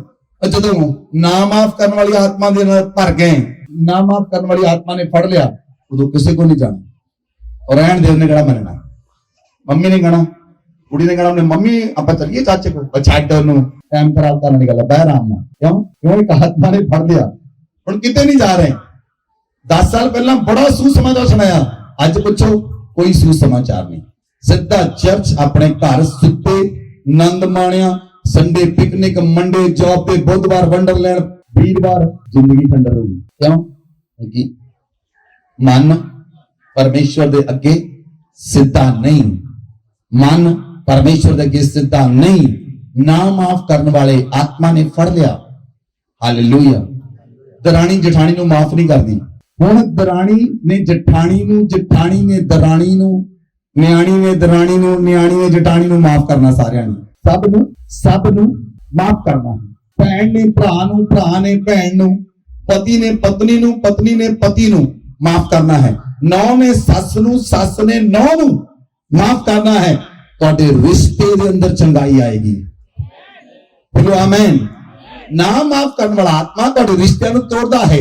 ਇਸ ਲਈ ਘਰਾਂ 'ਚ ਰਿਸ਼ਤੇ ਟੁੱਟੇ ਹਨ, ਇਸ ਲਈ ਪਰਿਵਾਰਾਂ 'ਚ ਰਿਸ਼ਤੇ ਟੁੱਟੇ ਹਨ, ਸ਼ਾਦੀਆਂ ਟੁੱਟੀਆਂ ਹਨ। ਹਾਲੇਲੂਇਆ।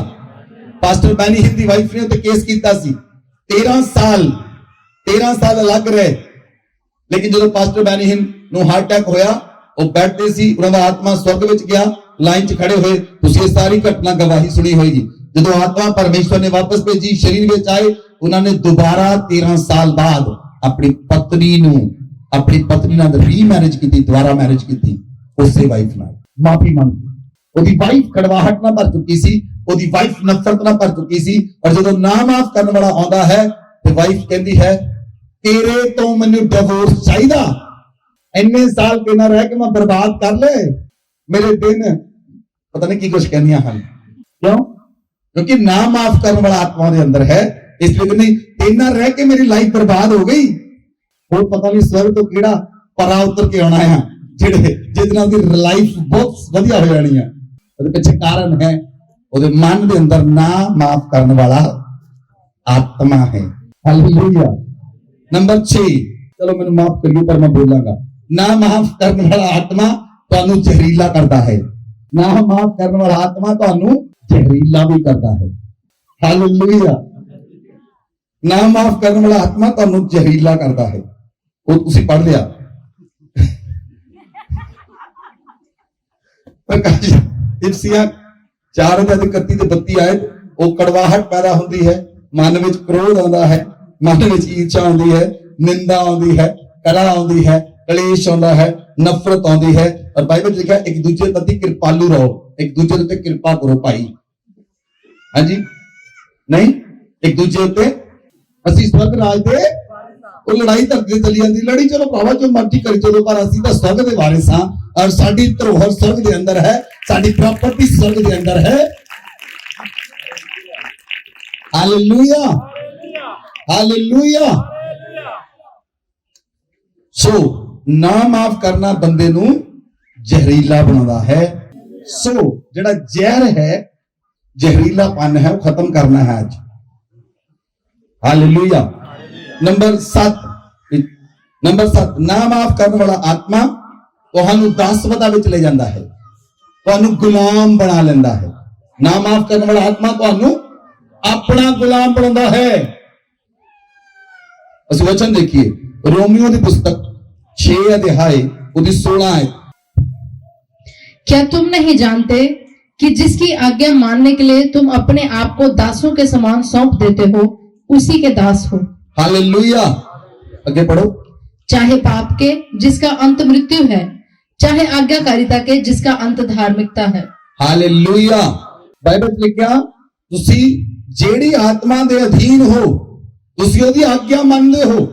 जे तुसी ना माफ करने वाली आत्मा दे अधीन हो, ता उस आत्मा ने उन्हां लोकां नू दास बना लिया। और जेड़े ना माफ करने वाली आत्मा ने दास बन गए, वो दंद पीसते हैं, वो लड़ाई करते हैं, वो झगड़े करते हैं, वो वैर करते हैं, वो बदला लेंदे हैं। दंद दे बदले दंद, अख दे बदले अख। प्रभु यीशु मसीह ने सानू की सिखाया, प्रभु यीशु मसीह ने सानू सिखाया जे कोई तेरे एक गल ते चपेड़ मारे तो दूसरी भी अगे कर दे। प्रभु यीशु मसीह ने सानू माफ करना सिखाया। इसलिए जदों बाइबल च लिखिया कि जे तुसी पाप दे अधीन हो तां तुसी पाप दे दास हो। जे तुसी पाप दी आत्मा दे अधीन हो, ना माफ करने वाला आत्मा ਜਿਹੜਾ ਤੁਹਾਡੇ ਤੋਂ ਪਾਪ ਕਰਾਉਂਦਾ ਹੈ, ਜੇ ਤੁਸੀਂ ਉਹਦੇ ਅਧੀਨ ਹੋ ਤਾਂ ਤੁਸੀਂ ਪਾਪ ਦੇ ਦਾਸ ਹੋ, ਔਰ ਜੇ ਤੁਸੀਂ ਉਹਦੇ ਦਾਸ ਹੋ ਤਾਂ ਤੁਸੀਂ ਪਰਮੇਸ਼ਰ ਨੂੰ ਪ੍ਰਸੰਨ ਨਹੀਂ ਕਰ ਸਕਦੇ। ਉਹ ਆਤਮਾ ਕੇਵਲ ਤੁਹਾਡੇ ਤੋਂ ਹੀ ਨਹੀਂ, ਤੁਹਾਡੇ ਸਰੀਰ ਦੇ ਅੰਗਾਂ ਤੋਂ ਵੀ ਕੰਮ ਲੈਂਦਾ ਹੈ। ਨਾ ਮਾਫ ਕਰਨ ਵਾਲਾ ਆਤਮਾ ਵਿਅਕਤੀ ਨੂੰ ਵਿਅਭਿਚਾਰੀ ਬਣਾਉਂਦਾ ਹੈ, ਉਹਦੇ ਸਰੀਰ ਦੇ ਅੰਗਾਂ ਨੂੰ ਵੀ ਯੂਜ਼ ਕਰਦਾ ਹੈ ਆਪਣੇ ਲਈ। ਇਸ ਲਈ ਬਾਈਬਲ 'ਚ ਲਿਖਿਆ ਸੰਤ ਪੌਲਸ ਆਖਦਾ ਹੈ ਆਪਣੇ ਅੰਗਾਂ ਨੂੰ ਪਰਮੇਸ਼ਰ ਦੇ ਲਈ जीवित हथियार बना के दे दियो। बोलो आमेन। अपने शरीर के अंगां नु परमेश्वर ਲਈ हथियार बना के यूज करो। बोलो आमेन। इसलिए बाइबल च लिखिया रोमियो की पुस्तक 8 अध्याय ਉਹਦੀ 12 13 ਤੇ 14 है। हाँ जी।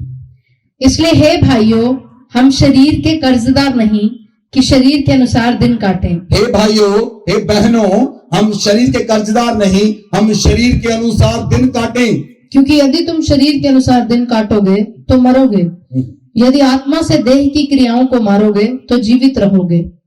इसलिए कि जितने लोग परमेश्वर के आत्मा के चलाए चलते हैं वे परमेश्वर के पुत्र हैं। बोलो आमेन।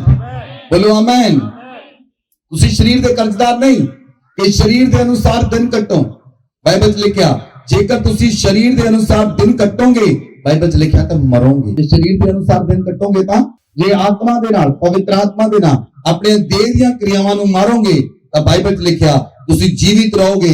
और जिन्ने लोग पवित्र आत्मा दे द्वारा चलाए चलदे हन वो परमेश्वर दे धीआं ते पुत्र बन जांदे हन।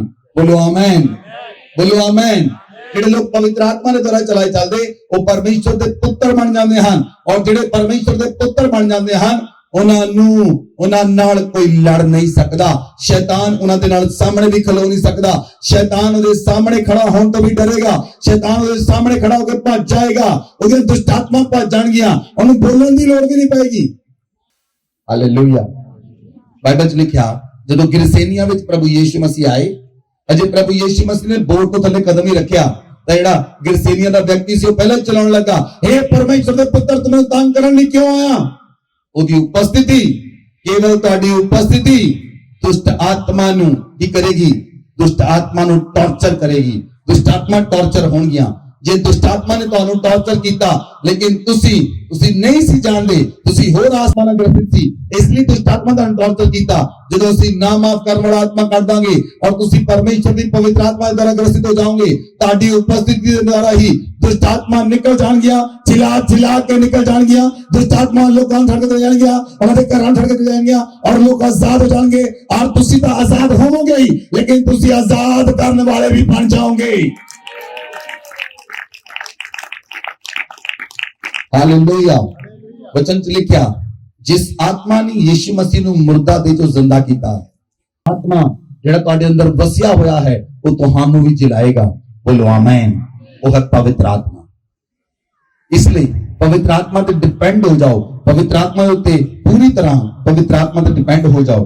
ਅਸੀਂ ਇੱਕ ਲਾਸਟ ਵਚਨ ਪੜਾਂਗੇ मत्ती ਦੀ पुस्तक 5 अध्याय ਉਹਦੀ 44 आयत। परंतु मैं तुमसे ये कहता हूँ कि अपने बैरियों से प्रेम रखो। प्रभु यीशु मसीह तुमसे कहते हैं अपने बैरियों से प्रेम करो और अपने सताने वालों के लिए प्रार्थना करो। अपने सताने वालों के लिए यीशु मसीह ने कहा जे कोई मेरे पीछे होना चाहता है मेरा क्रूस चक के मेरे पीछे चले। यीशु मसीह ने कलवरी क्रॉस के उत्ते जेड़े प्रभु यीशु मसीह के हाथों च केल ठोक रहे सन, जेड़े प्रभु यीशु मसीह के पैरों च केल ठोक रहे सन, यीशु मसीह ने कहा पिता इन्हां नूं माफ कर, ये नहीं जानदे ये की कर रहे हैं। माफ करो लोकां नूं, ओ नहीं जानदे तुहाडे की कर रहे हैं। माफ करो लोकां नूं, माफ करो लोकां नूं, माफ करो लोकां नूं, माफ करो, सब नूं माफ करो। अगर तुहाडी पत्नी बोलदी है उन्हें माफ करो, पति बोलदा उन्हें माफ करो, पड़ोसी बोलदे उन्हें माफ करो, गुआंढी बोलदे उन्हें माफ करो, भरा बोलदा उन्हें माफ करो, बहन बोलदी उन्हें माफ करो, हर एक व्यक्ति नूं माफ करो। वचन सिखाता है अपने बैरियां नाल प्रेम कर।